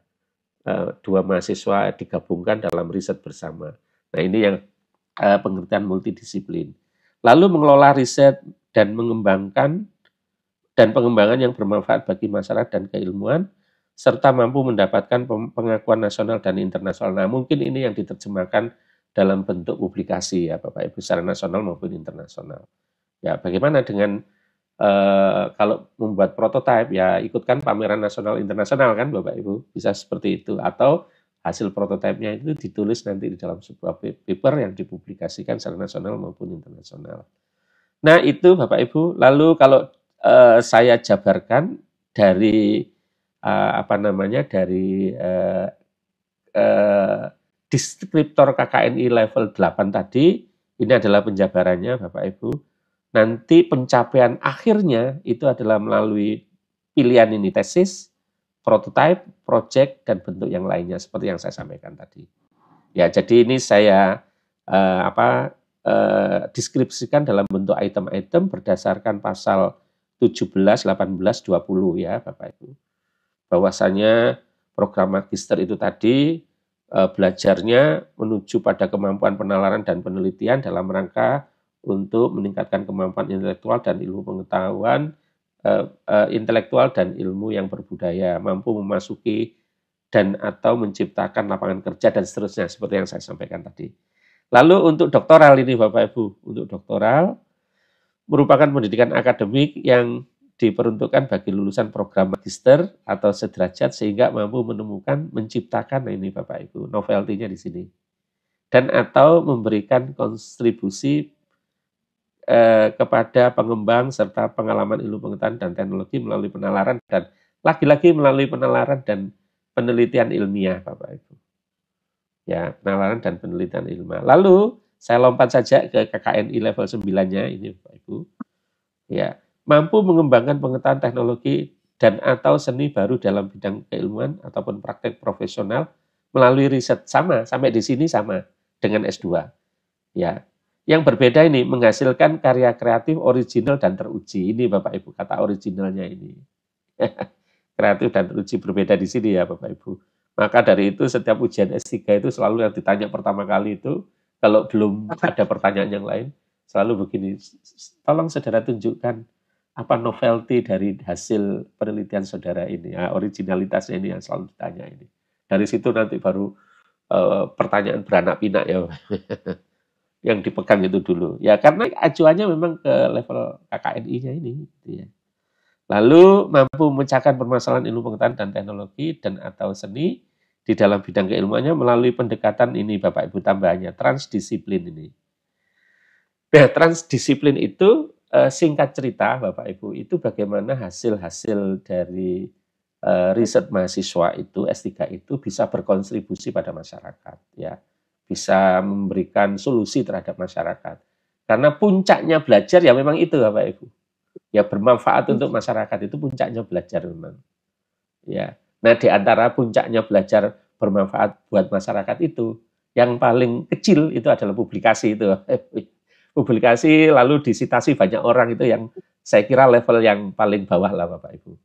Tapi level berikutnya setelah disitasi oleh banyak orang lalu dipakai dan bermanfaat untuk kehidupan masyarakat. Meningkatkan harkat dan martabat masyarakat. Itu yang level makomnya paling tinggi itu Bapak Ibu. Ya, tapi yang kita sibukkan sekarang itu adalah bagaimana bisa dipublikasi supaya bisa disitasi oleh banyak orang. Ya sudah sampai situ saja sudah luar biasa beratnya ini Bapak Ibu. Luar biasa beratnya. Jadi kalau kita melihat Bapak Ibu peneliti-peneliti yang top itu Bapak Ibu, ya selalu orientasinya adalah hasil karyanya itu bagaimana memecahkan kebuntuan-kebuntuan atau permasalahan di masyarakat. Ya misalnya seperti Einstein, ya lalu seperti John Hopkins, ya dan lain-lain yang banyak di bidang-bidang ilmu pengetahuan dan teknologi. Itu orientasinya adalah bagaimana memecahkan permasalahan-permasalahan yang membuka jalan bagi masyarakat untuk hidup lebih baik lagi ya.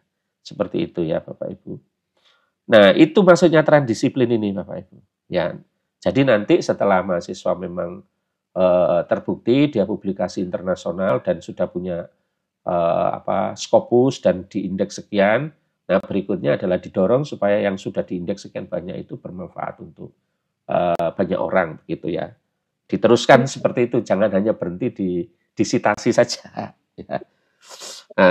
Ya, termasuk dosen ini Bapak Ibu ya, termasuk dosen yang hak indeksnya ada 8, ada 9, ada 16, ada berapa itu di tempat saya itu ada yang sampai 27 hak indeksnya.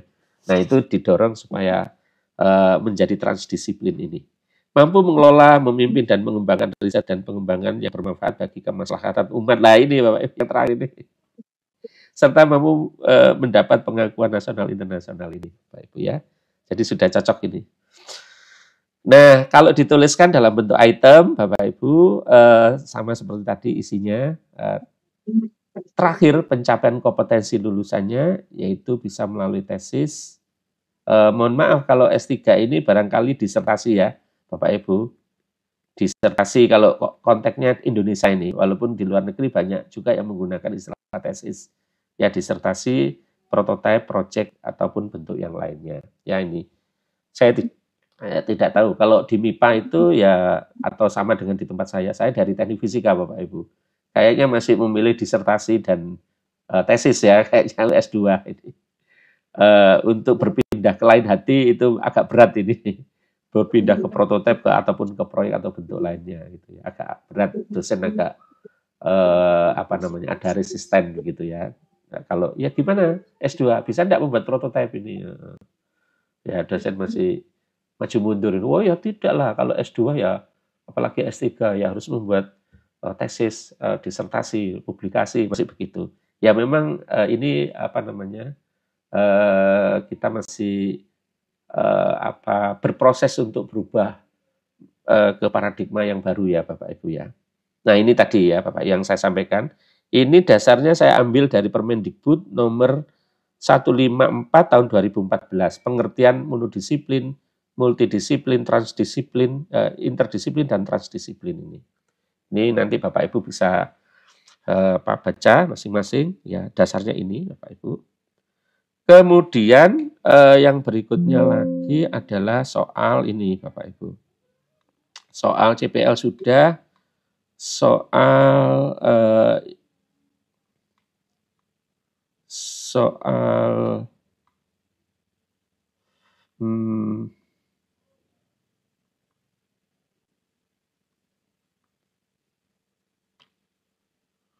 CPL dengan mata kuliah ini ya Bapak Ibu. Nanti di dalam dokumen Bapak Ibu ini soal CPL dan mata kuliah ini Bapak Ibu berusaha bisa menemukan petanya ya Bapak Ibu. Setiap mata kuliah ini ya dengan CPL ini ya korelasinya seperti apa. Misalnya sebagai contoh, CPL mata kuliah metodologi penelitian ini dibebani CPL nomor 2, dibebani CPL nomor 4, nomor 8, 9.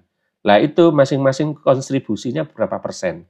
Supaya nanti mata kuliah ini bisa berkontribusi terhadap penilaian masing-masing CPL yang dibebankan.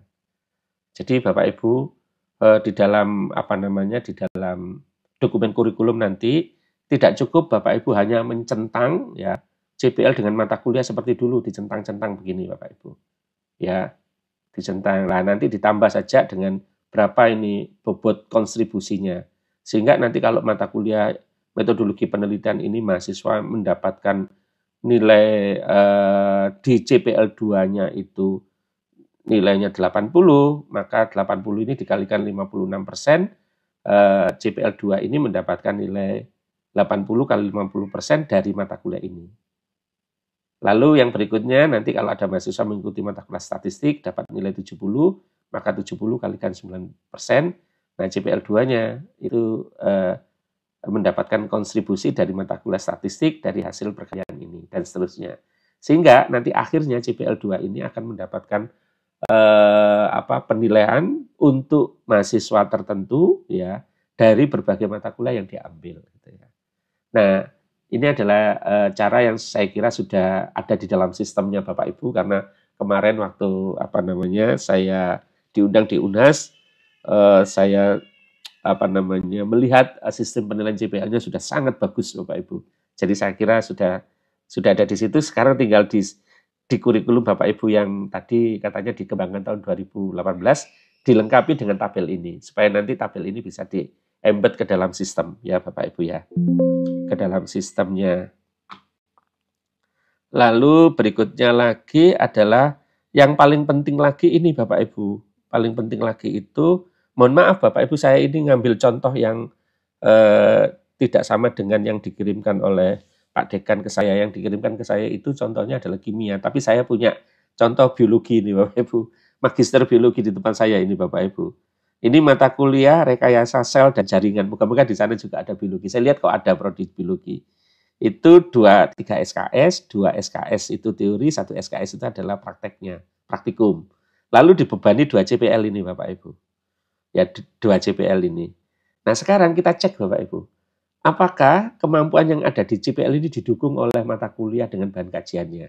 Nah CPL ini berbunyi gini, mampu menjelaskan dan mengaplikasikan prinsip dan konsep biologi kelautan, ini biologi kelautan, biologi lingkungan, biosains, dan bioteknologi. Ini yang disasar oleh CPL nomor 6, ya Bapak Ibu. Berarti mahasiswa nanti kan belajar tentang biologi kelautan, biologi lingkungan, biosains, dan bioteknologi kan. Akan belajar materi-materi itu. Ya, maka kita cek bahan kajiannya ini, cocok enggak ini? Ya, bahan kajian yang pertama di situ dituliskan ekologi ilmu lingkungan, biodiversitas, tropika, manajemen konservasi lingkungan. Ya, kayaknya cocok ini dengan biologi lingkungan ini. Nah, ini biologi dan pengelolaan pesisir dan laut. Ya, nah ini kayaknya cocok dengan ini biologi kelautan. Nah, ini Bapak Ibu. Ya, bioteknologi, ya biokimia, bioteknologi ini cocok dengan yang ini. Ya. Jadi dicocokkan ya Bapak Ibu apa yang ada di dalam CPL itu apakah sudah di-cover oleh materi yang akan dipelajari oleh mahasiswa. Karena CPL itu Bapak Ibu isinya adalah mampu apa, ya, mampu apa, belajar apa, ya. Ketiga, dalam konteks apa, konteks apa. Ya mampu apa, belajar apa, dalam konteks apa. Nah di sini kemampuannya menjelaskan. Ya belajar apa, nah, ini ditunjukkan oleh yang ada di CPL ini dan diterjemahkan dalam bahan kajian. Nah setelah itu Bapak Ibu, kita melihat kalau memang kemampuan menjelaskan itu ujiannya apa ini penilaiannya. Bisa dengan ujian tulis, ujian lisan, ya. Bisa juga nanti Bapak Ibu kalau mampu menjelaskan dalam bentuk presentasi itu Bapak Ibu menggunakan rubrik sekaligus menilai sikap dan keterampilannya, ya. Atau Bapak Ibu dengan menggunakan soal-soal isi. Nah itu ya Bapak Ibu. Jadi Bapak Ibu selaraskan antara sistem penilaiannya ini dengan CPL dan bahan kajiannya. Lalu metode pembelajarannya ini kalau mampu menjelaskan saja, mungkin kuliah dan diskusi sudah cukup, ya. Tapi ada yang mengatakan, oh enggak cukup Pak, bagaimana kalau dikasih case base gitu ya. Lebih hebat lagi karena ini S2 Pak, ya. Jadi dia menjelaskan harus berdasarkan pengalaman menyelesaikan case gitu. Ya boleh-boleh saja Bapak Ibu. Yang jelas metode pembelajaran ini harus selaras, harus inline atau mendukung pencapaian CPL-nya ini nanti. Ya, ini Bapak Ibu mungkin perlu disediakan tabel seperti ini untuk memeriksa setiap mata kuliah itu dengan beban CPL yang dibebankan ini, bahan kajiannya cocok tidak, ya penilaiannya cocok tidak. Ya betul-betul dilihat satu persatu Bapak Ibu ya. Dilihat persatu. Supaya ini kata kuncinya adalah selaras ini. Kalau ini tidak selaras, sudah habis Pak UB-nya. Sudah kita tidak akan bisa mengklaim itu UB. Sudah bagian pertama dari UB sudah tewas sudah. Jadi ini harus dilihat dulu apakah mulai dari CPL yang dibebankan, bahan kajian dan materi pembelajaran itu memang sinkron atau tidak. Nah itu ya Bapak Ibu cara ngeceknya. Nah syukur alhamdulillah nanti kalau ada tabel yang seperti ini di dalam dokumen kurikulum ya. Nah itu lalu berikutnya lagi adalah soal struktur kurikulum ya Bapak Ibu, struktur kurikulum. Struktur kurikulum ini Bapak Ibu bisa menggunakan struktur yang seperti ini ya Bapak Ibu semester 1 ya lalu mata kuliahnya apa saja ya mata kuliah berdasarkan CPL ya Pak Ibu. Ya tentu saja mulai visi, misi, tujuan, strategi. Selaras begitu semester 1 mata kuliah, semester 2 masih ada mata kuliah, semester 3 mungkin ada internship ya kalau di tempat saya itu ada internship, magang dan penyusunan proposal TA tugas akhir kalau yang nanti tesis ya proposal TA-nya dalam bentuk tesis, kalau proyek ya proyek dan lain-lain ya. Lalu semester 3 pelaksanaan tesis, proyek ataupun prototipe ya. Nah, kalau ini proposal TA ini di semester 4 nanti terlambat ya. Ya sebaiknya di sini ya setidaknya di semester 3. Ya, setidaknya yang ini yang S2 yang magister yang barangkali yang reguler ya, yang by course itu ya. Nah, CPL yang bersifat umum bisa saja nanti mengikuti setiap tahapan semester ini. Atau bisa juga dalam modul-modul Bapak Ibu. Jadi modul-modul begitu, modul 1, modul 2, modul 3 lalu diakhiri project gitu ya. Ini yang saya lihat kemarin di Maastricht University. Saya kemarin kunjungan ke Maastricht University di Belanda Bapak Ibu. Lalu di Delft juga saya datang ke sana lalu ke Groningen University di Belanda. Itu mereka semuanya menggunakan modul. Jadi satu semester itu ya paling ada 3 atau 4 modul lalu diakhiri dengan project. Ya project untuk semester 1. Semester 2 juga begitu. Ada modul 1 dan 2 diakhiri dengan project. Lalu di semester 3-nya mereka project dalam bentuk tesis ya, tesis dan pelaksanaan tesis. Nah, masing-masing ini Bapak Ibu di frame dengan CPL-nya ini. Semester 1 CPL yang mana? Semester 2 CPL yang mana gitu. Ya, karena CPL ini nanti melekat di dalam modul. Ya, CPL ini modulnya ini, CPL ini modulnya ini, atau modul ini CPL-nya ini begitu. Nah, kalau kita CPL-nya kan CPL 1 sampai CPL berapa begitu, misalnya sampai 10 CPL. Lalu Bapak Ibu kalau kita petakan itu ya CPL 2 itu bisa berada di semester 1, bisa berada di semester 3, bisa berada di semester 4 gitu. Ya. Tapi kalau model blok yang saya lihat kemarin itu Pak di Belanda itu, ya sudah CPL 1 2 ini tuntas di semester 1. Nanti CPL berikutnya apalagi kemampuannya. CPL 3 apalagi kemampuannya gitu Bapak Ibu ya. Kecuali yang sifatnya generik, ya kan ada CPL yang sifatnya generik yang misalnya tadi learn to learn, kemampuan belajar untuk belajar atau kemampuan belajar sepanjang hayat itu sifatnya generik bisa diletakkan di setiap semester ya. Nah, itu Bapak Ibu. Lalu kalau yang reguler barangkali bisa seperti ini Bapak Ibu ya. Bobotnya kalau Permendikbud kan 54 sampai 72 nanti saya tunjukkan bagaimana ketemu 54 dan 72 itu ya Bapak Ibu ya. Nah, kita terima dulu 5472 ini, maka dalam semester 1 ada 16-20 SKS, ini mata kuliah inti prodi, barangkali ada mata kuliah pilihan konsentrasi, barangkali di magister itu juga ada konsentrasi ya Bapak Ibu. Di tempat saya itu ada 2 konsentrasi Bapak Ibu, instrumentasi dan yang satu energi. Jadi mahasiswa S2 bisa mengambil konsentrasi energi dan bisa mengambil konsentrasi instrumen. Nah, itu ada mata kuliah pilihannya. Ya inti begitu. 16-20 SKS. Lalu di semester 2 ada mata kuliah inti, lalu ada mata kuliah metodologi penelitian dan proposal. Ini sudah nyusun proposal ini Bapak Ibu. Di semester 2. Ya, jadi mata kuliah ini luarannya proposal gitu. Terus lalu mengambil beberapa mata kuliah pilihan. Ya, mata kuliah pilihan konsentrasi. Nah, semester 3 itu mata kuliah inti, internship, lalu seminar nasional internasional. Jadi sudah didorong ikut seminar ini, Bapak Ibu. Kalau tidak didorong, ya mahasiswa tidak melakukan. Ya. Lalu barangkali masih ada mata kuliah pilihan. Lalu di semester akhir, itu mereka mengerjakan tesis, project, prototype, ya, dan publikasi yang kedua. Ya. Bisa seminar, bisa publikasi artikel jurnal. Sesuai dengan kebijakan masing-masing perguruan tinggi, ya Bapak Ibu. Lalu kalau model modul, nah ini Bapak Ibu dibuat modul-modul seperti ini. Jadi modul 1, project 1, modul 2, project 2, modul 3, project 3, begitu. Per modul. Sebenarnya enak Pak per modul ini. Nanti dosennya tim teaching, begitu. Satu modul misalnya dosennya 5 gitu ya. Atau 6 atau berapa begitu ya. Bapak Ibu, lalu diakhiri project. Nanti dibagi 16 minggu itu 5 dosen itu mengajarkan JPL yang mana yang diajarkan gitu. Ya, ya jadi bertanggung jawab terhadap JPL-nya masing-masing yang dibebankan ke anggota tim teaching, lalu diakhiri dengan project-project mahasiswa.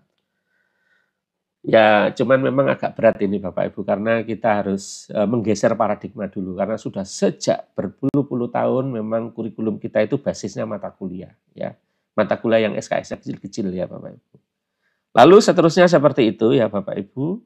Ya, jadi ini model blok ya. Kalau nanti memang berkenan ini membuat model blok ini. Karena di Permen 53-nya sudah dibuka ruangnya ini Bapak Ibu. Dibuka ruangnya Bapak Ibu bisa mengembangkan kurikulum dalam bentuk model blok gitu ya. Jadi semester 3 ini modul 31 sambil mengerjakan internship-nya. Lalu mengerjakan project TA sambil menyusun artikel ilmiah. Ya, entah dari tesis, dari project-nya ataupun dari prototype. Lalu final project-nya itu disertai dengan publikasi. Ya, ini masih reguler ya ini Bapak Ibu ya, masih reguler. Bagaimana kalau by riset ini? Ya, by riset barangkali sudah sejak awal mahasiswa sudah mengajukan proposal riset ini. Ya, nanti kalau dosen dari proposal riset ini, kalau dosen walinya masih merasa perlu mahasiswa mengambil mata kuliah, ya mereka disarankan mengambil beberapa mata kuliah, satu atau beberapa mata kuliah, entah itu sit-in saja ataukah memang mengambil ya. Jadi saya sering mendapatkan mahasiswa yang sit-in dari S1, dari S2 dan S3 Bapak Ibu. Jadi dia mengambil mata kuliah di mata kuliah saya, di mata kuliah S2 yang reguler, ya tapi dia sit-in aja di situ. Ya, tapi saya bilang ya karena kamu sit-in di sini ya memang tidak ada kewajiban kamu harus ikut ujian-ujian ya, tetapi supaya sit-in kalian itu bermanfaat untuk kalian, maka kalau teman kalian ada tugas, kalian juga harus mengerjakan tugas itu ya. Saya suruh dia juga mengerjakan tugas, walaupun saya tidak menilai dia ya karena dia sit-in. Tapi bisa juga dosen walinya memerintahkan dia untuk mengambil mata kuliah gitu. Ya.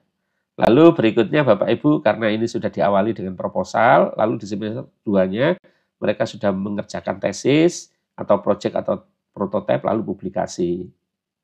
Ya, di semester 2 sudah publikasi, Pak. Barangkali ke seminar nasional gitu ya. Ya, dari hasil penyusunan proposal dan beberapa data yang dia dapatkan dari jurnal itu dia sudah mulai dicoba untuk publikasi seminar nasional begitu. Lalu di semester 3 dengan cara yang sama mereka publikasi dengan cara ikut conference ya internasional atau apa begitu. Ya memang tidak ada kuliah ya, kerjaannya ya publikasi aja. Menulis artikel, publikasi gitu ya. Lalu yang terakhir ya publikasi terakhir ini ya Bapak Ibu. Tentu saja nanti aktivitas kegiatannya dihitung ini Bapak Ibu. Mencari data itu berapa SKS ya, mengolah data berapa SKS dan seterusnya Bapak Ibu. ya supaya nanti bisa tembus ini SKS-nya 5472. Itu Bapak Ibu. Lalu bagaimana kalau S3? Ya ini tentu saja kalau S3 ini bobot SKS-nya mestinya harus lebih besar dari S2 karena beban belajarnya lebih besar. Ya tadi harus menghasilkan karya yang original tadi. Ya barangkali kalau program doktor itu semester 1 masih ada kuliah, semester 2 ada kuliah, ya beberapa. Lalu di semester 3 dipaksa melakukan ujian kualifikasi atau kandidasi ya Bapak Ibu ya semester 3 ini. Ya, kadang-kadang kalau tidak dipaksa ya nanti mahasiswanya ngelantur sampai kemana-mana ini Bapak Ibu. Ya kandidasi kok di semester 5 gitu ya. Atau kualifikasi karena ya dibiarkan saja mahasiswanya. Ya tidak didorong, tidak difasilitasi begitu. Atau mahasiswanya sendiri yang bermasalah ini. Begitu kuliahnya habis, selesai, dia pulang kampung Bapak Ibu. Pergi sudah dicari sama dosen promotornya sama kaprodinya sudah sulit ini. Karena dianggap nanti penelitiannya bisa diselesaikan di kampungnya sana gitu ya. Sehingga kualifikasinya ujian kualifikasi kandidasinya berlama-lama begitu. Jadi Bapak Ibu semester 3 sampai dengan semester 6 ini adalah area mahasiswa mulai melakukan riset ya. Lalu setelah kandidasi ini progres 1 publikasi, progres 2 publikasi, ujian akhir publikasi akhir. Ya, bisa apa enggak? Ya, saya kira bisa karena zaman sekarang kan sudah berbeda dengan zaman dulu. Kalau dulu itu publikasi sulitnya setengah mati. Sekarang itu setiap bulan cari tempat untuk conference itu banyak Bapak Ibu. Ya, sudah banyak baik nasional maupun internasional. Lalu model blok ini kalau barangkali berminat dengan model blok ini. Blok pertama itu 3 modul diakhiri proyek. Semester 2 ya blok kedua 4 modul diakhiri dengan proyek begitu Bapak Ibu. Lalu JPL-nya ini. Jadi di semester 1 JPL-nya ini, di semester 2 JPL-nya ini, lalu di semester dia riset JPL-nya yang ini. Ya, kalau bisa begitu Bapak Ibu. Jadi JPL-nya ini adalah JPL per blok gitu ya, per semester ini dia harus mampu ini. Semester berikutnya mampu ini. Ya, semester ketiganya mampu ini gitu ya Bapak Ibu ya. Jadi kemampuannya berjenjang dan terlihat ini Bapak Ibu.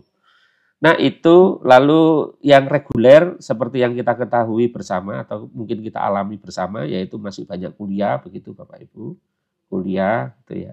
Semester 1, semester 2 masih banyak kuliah. Lalu di semester ketiga baru mereka seminar kemajuan dan sekaligus kandidasi.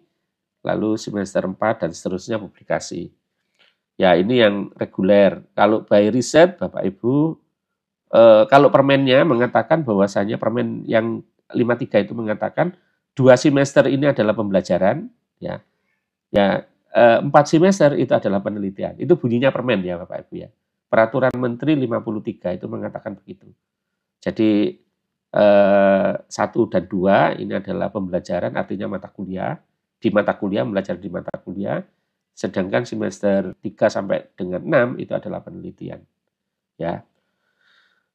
Nah, kalau by riset, ini sharing pengalaman Bapak Ibu. Di tempat saya juga punya beberapa mahasiswa, saya S3, bimbingan saya itu Bapak Ibu. Itu ada 2 orang yang beriset Bapak Ibu. Jadi sejak masuk itu sudah mengajukan proposal Bapak Ibu ya. Nah, diterima atau tidaknya ya bergantung pada proposalnya bagaimana. Diuji oleh calon promotor, kopromotor, dan kaprodi S3. Uji ini seperti apa gitu. Dari proposal ini nanti diputuskan mahasiswa ini diterima atau tidak. Diterima langsung riset atau diterima dengan mengambil beberapa mata kuliah. Ya ini misalnya. Ya sudah nanti proposal ini diterima tapi kelihatannya dia tidak terlalu paham tentang filsafat ilmu. Nah, disuruh mengambil filsafat ilmu. Ya atau ini S2-nya dulu dia melakukan penelitian tapi tidak pernah mendapatkan mata kuliah metodologi penelitian. Ya sudah diikutkan mata kuliah metodologi penelitian dan filsafat ilmu misalnya begitu Bapak Ibu. Ya secara sit in atau apa begitu ya. Lalu selanjutnya adalah penulisan karya ilmiah begitu. Ya jadi biasanya saya ngajar di S3 Bapak Ibu. Setiap mata kuliah yang saya ajarkan luarannya harus publikasi. Paling enggak draft untuk publikasi. Supaya membantu mahasiswa itu Bapak Ibu. Saya mengajar 2 mata semester ini 2 mata kuliah. Luaran mata kuliah itu adalah draft artikel publikasi. Jadi selama 16 minggu itu, Bapak Ibu, saya memberikan materi kuliah dan disertai mahasiswa belajar secara flip classroom untuk melakukan resume terhadap jurnal-jurnal yang relevan dengan penelitiannya dia, gitu ya, yang relevan. Jadi saya arahkan ke penelitiannya masing-masing. Toh mahasiswanya tidak banyak, ya. Jadi mahasiswa saya S3 itu paling ya 5 atau 10 orang begitu. Jadi kalau saya memeriksa hasil review jurnalnya dia dari bidang yang berbeda-beda, saya kira saya tidak terlalu berat, ya, karena jumlah mahasiswanya tidak banyak gitu ya. Bidangnya ya satu rumpun gitu, Bapak Ibu. Yaitu full penelitian, Bapak Ibu, by riset gitu ya. Nah, sekarang kita lihat Bapak Ibu, dari mana ini sebenarnya SKS pasca sarjana yang segitu banyak ini ya. Saya mulai dari S2 ini ya Bapak Ibu, magister ini. Jadi kalau dihitung Bapak Ibu, cara ngitungnya ini cara ngitung sesuai dengan permen yang 54 dulu Bapak Ibu, yang diprotes oleh banyak perguruan tinggi swasta itu ya Bapak Ibu. Jadi satu SKS itu setara dengan 160 menit per minggunya. Lalu waktu belajar mahasiswa itu 8 jam. 8 jam per hari. Jadi 24 jam itu Bapak Ibu dibagi 3. 8 jam belajar, 8 jam dia sosialisasi, dan 8 jam istirahat. Ya seperti kalau dia bekerja ya Bapak Ibu. Kalau bekerja diatur jamnya itu secara standar internasional kan seperti itu. 8 jam bekerja, lalu 8 jam berinteraksi sosial, 8 jam istirahat. Nah itu Bapak Ibu ketemunya normalnya itu 18 SKS ya. Setiap semesternya mahasiswa harus belajar. Itu beban normal itu Bapak Ibu. Ya, kalau 8 SKS ini nanti per minggunya ketemu 8 jam belajar. Kalau 20 SKS Bapak Ibu hitung ya, coba 20 SKS itu. 20 SKS dikalikan 170 menit kalau sekarang ya Bapak Ibu ya. Lalu dikalikan selama 5 hari. Ya, nanti ketemu belajarnya sekitar 12 jam. Nah, itu sudah tidak normal Bapak Ibu. Karena normalnya 8 jam. Nah, oleh karena itu waktu permen itu disusun rujukannya adalah ini Bapak Ibu, sehari belajar 8 jam itu. Ketemunya 18 SKS. Sehingga contohnya untuk S1 144 SKS itu diperoleh dari 8 semester dikalikan 18 jadinya 144 SKS. Ya, pendidikan profesi 2 semester kalikan 18 ketemunya 36. Ya kemarin 24 kan. Oleh permennya dirubah menjadi 36 karena memang pendidikan profesi ini terlalu rendah kalau 24. Nah, di pendidikan profesi tidak ada masalah ya. Yang jadi ada masalah itu adalah di sini Bapak Ibu di magister ini banyak penolakan ini karena signifikan banget ini. 4 semester dikalikan 18 ketemu 72 Bapak Ibu ya. Padahal sementara ini 36 SKS ini. Jadi jauh kan Bapak Ibu ya. Kaget semua ini. Tapi kagetnya kan dulu tahun 2014. Sekarang mestinya tidak kaget karena kita sudah punya pengalaman mengikuti beberapa kegiatan akreditasi. Nah, oleh karena itu Bapak Ibu di permen itu diatur bahwasanya untuk magister 54 ini ya untuk magister ini bebannya adalah minimal 54, maksimum 72. Ya, dengan masa studi antara 3 sampai 4 semester. 4 semester. Lalu yang di S2 ini Bapak Ibu, di S2 ini dilepas ini Bapak Ibu. Dilepas di S3 di program doktor dilepas ini. Yang jelas karena dilepas Bapak Ibu logikanya S3 kan tidak lebih rendah dari 54 kan Bapak Ibu. Kalau misalnya nanti Bapak Ibu memutuskan 54 untuk S2 ya, untuk magister SKS, maka ya jelas untuk S3 tidak mungkin 54. Pasti di atas 54 kan.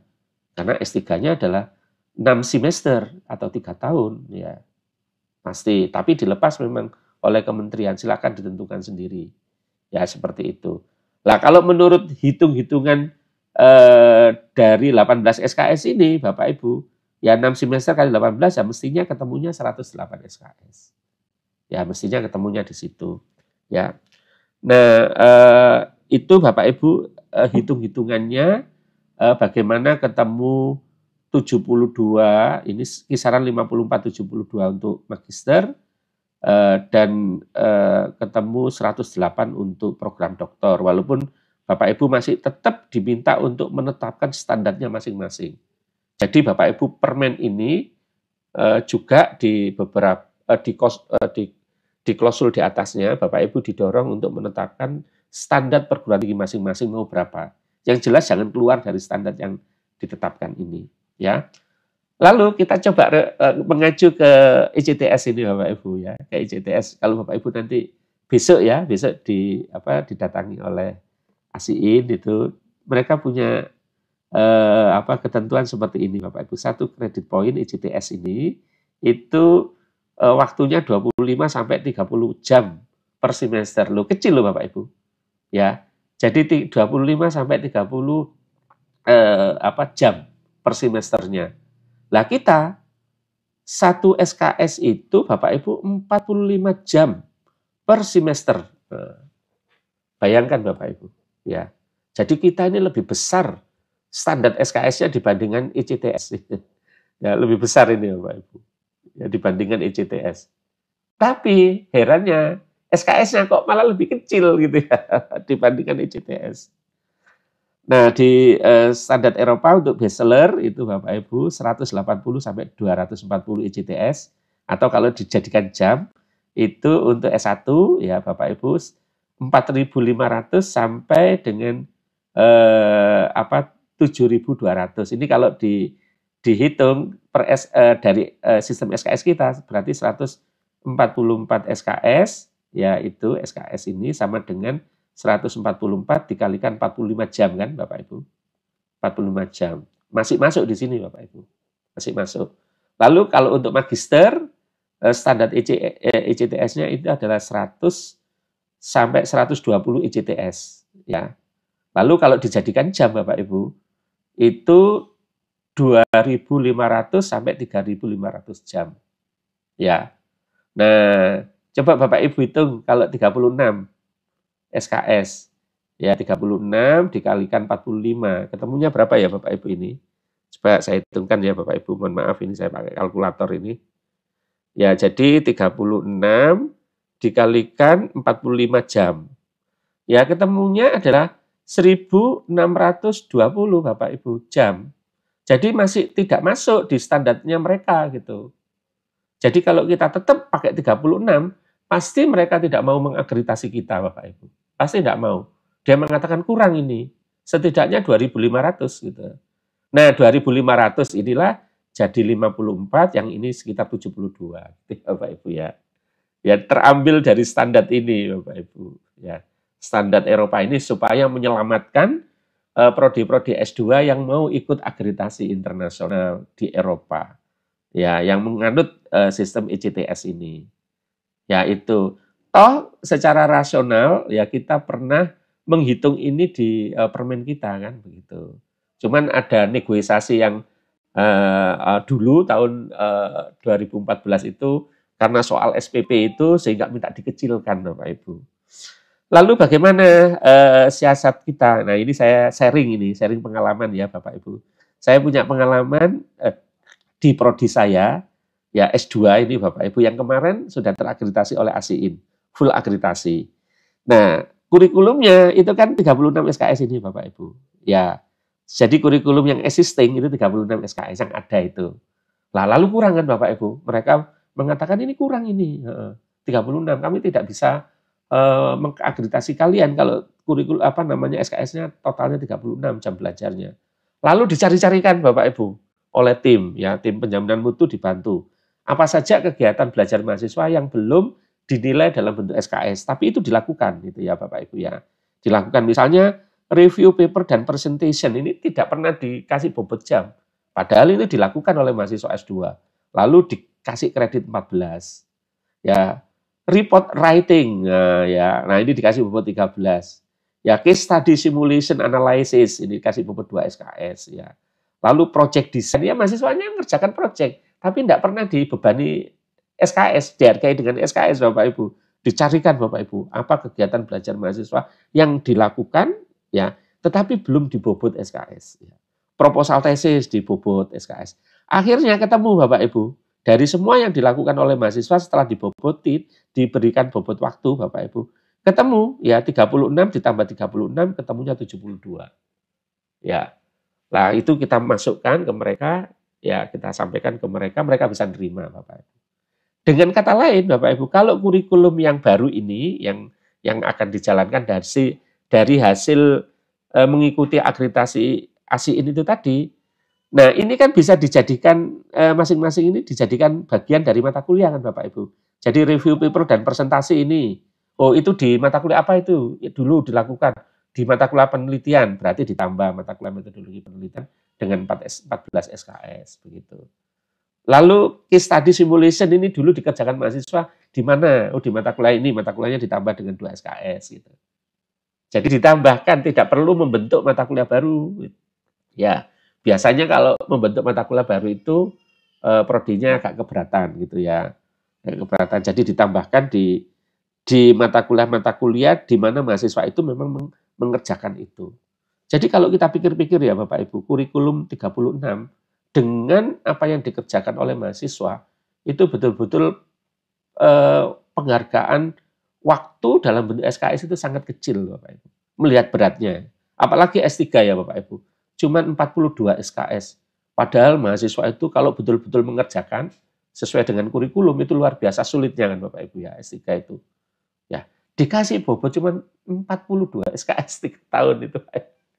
Bayangkan dengan S1 4 tahun 144 SKS. Ya, padahal beban belajarnya jelas-jelas setiap satu satuan waktu S2, S3 lebih berat. Ya. Nah itu hitung-hitungannya ya Bapak Ibu. Lalu kalau dibuat ringkasan begitu, satu SKS kita itu setara dengan 1,6 ICTS. Ya kalau kita hitung gitu ya. Berarti memang SKS kita itu lebih besar daripada ICTS. Ya daripada ICTS. Begitu Bapak Ibu. Soal ICTS ini, lalu mari kita lihat ini ada beberapa contoh kurikulum. Coba bayangkan Bapak Ibu, ini salah satu contoh kurikulum ya Bapak Ibu. Misalnya ini kurikulum magister ini, ya di semester 1 10 SKS, semester 2 10 SKS, semester 3 8, semester 4 8. Itu kalau dihitung Bapak Ibu jam belajarnya, di semester 1 ini jam belajarnya mahasiswa cuma 6,6 jam per hari. Bayangkan dengan mahasiswa yang S1 ya Bapak Ibu ya, yang ngambil 18 SKS itu. Ya, atau yang ngambil 20 SKS itu, mereka belajarnya 12 jam per hari. Padahal bebannya mahasiswa realnya S2 lebih berat gitu ya. Kalau betulan ya ini ya Bapak Ibu ya, betulan. Kecuali kalau mahasiswa S2 yang modelnya setelah daftar kuliah terus pulang ke kampung gitu Bapak Ibu ya. Nah itu, lalu coba Bapak Ibu perhatikan ini. Yang semester 3 ini 8 SKS ini Bapak Ibu. Kalau dihitung sesuai dengan pengertian SKS ini Bapak Ibu ini, satu SKS ini, dia perharinya cuma belajar 4,53 jam per hari. Nggak masuk akal kan Bapak Ibu untuk S2 yang seperti itu? Ya, sementara realnya bebannya banyak. Ya, realnya.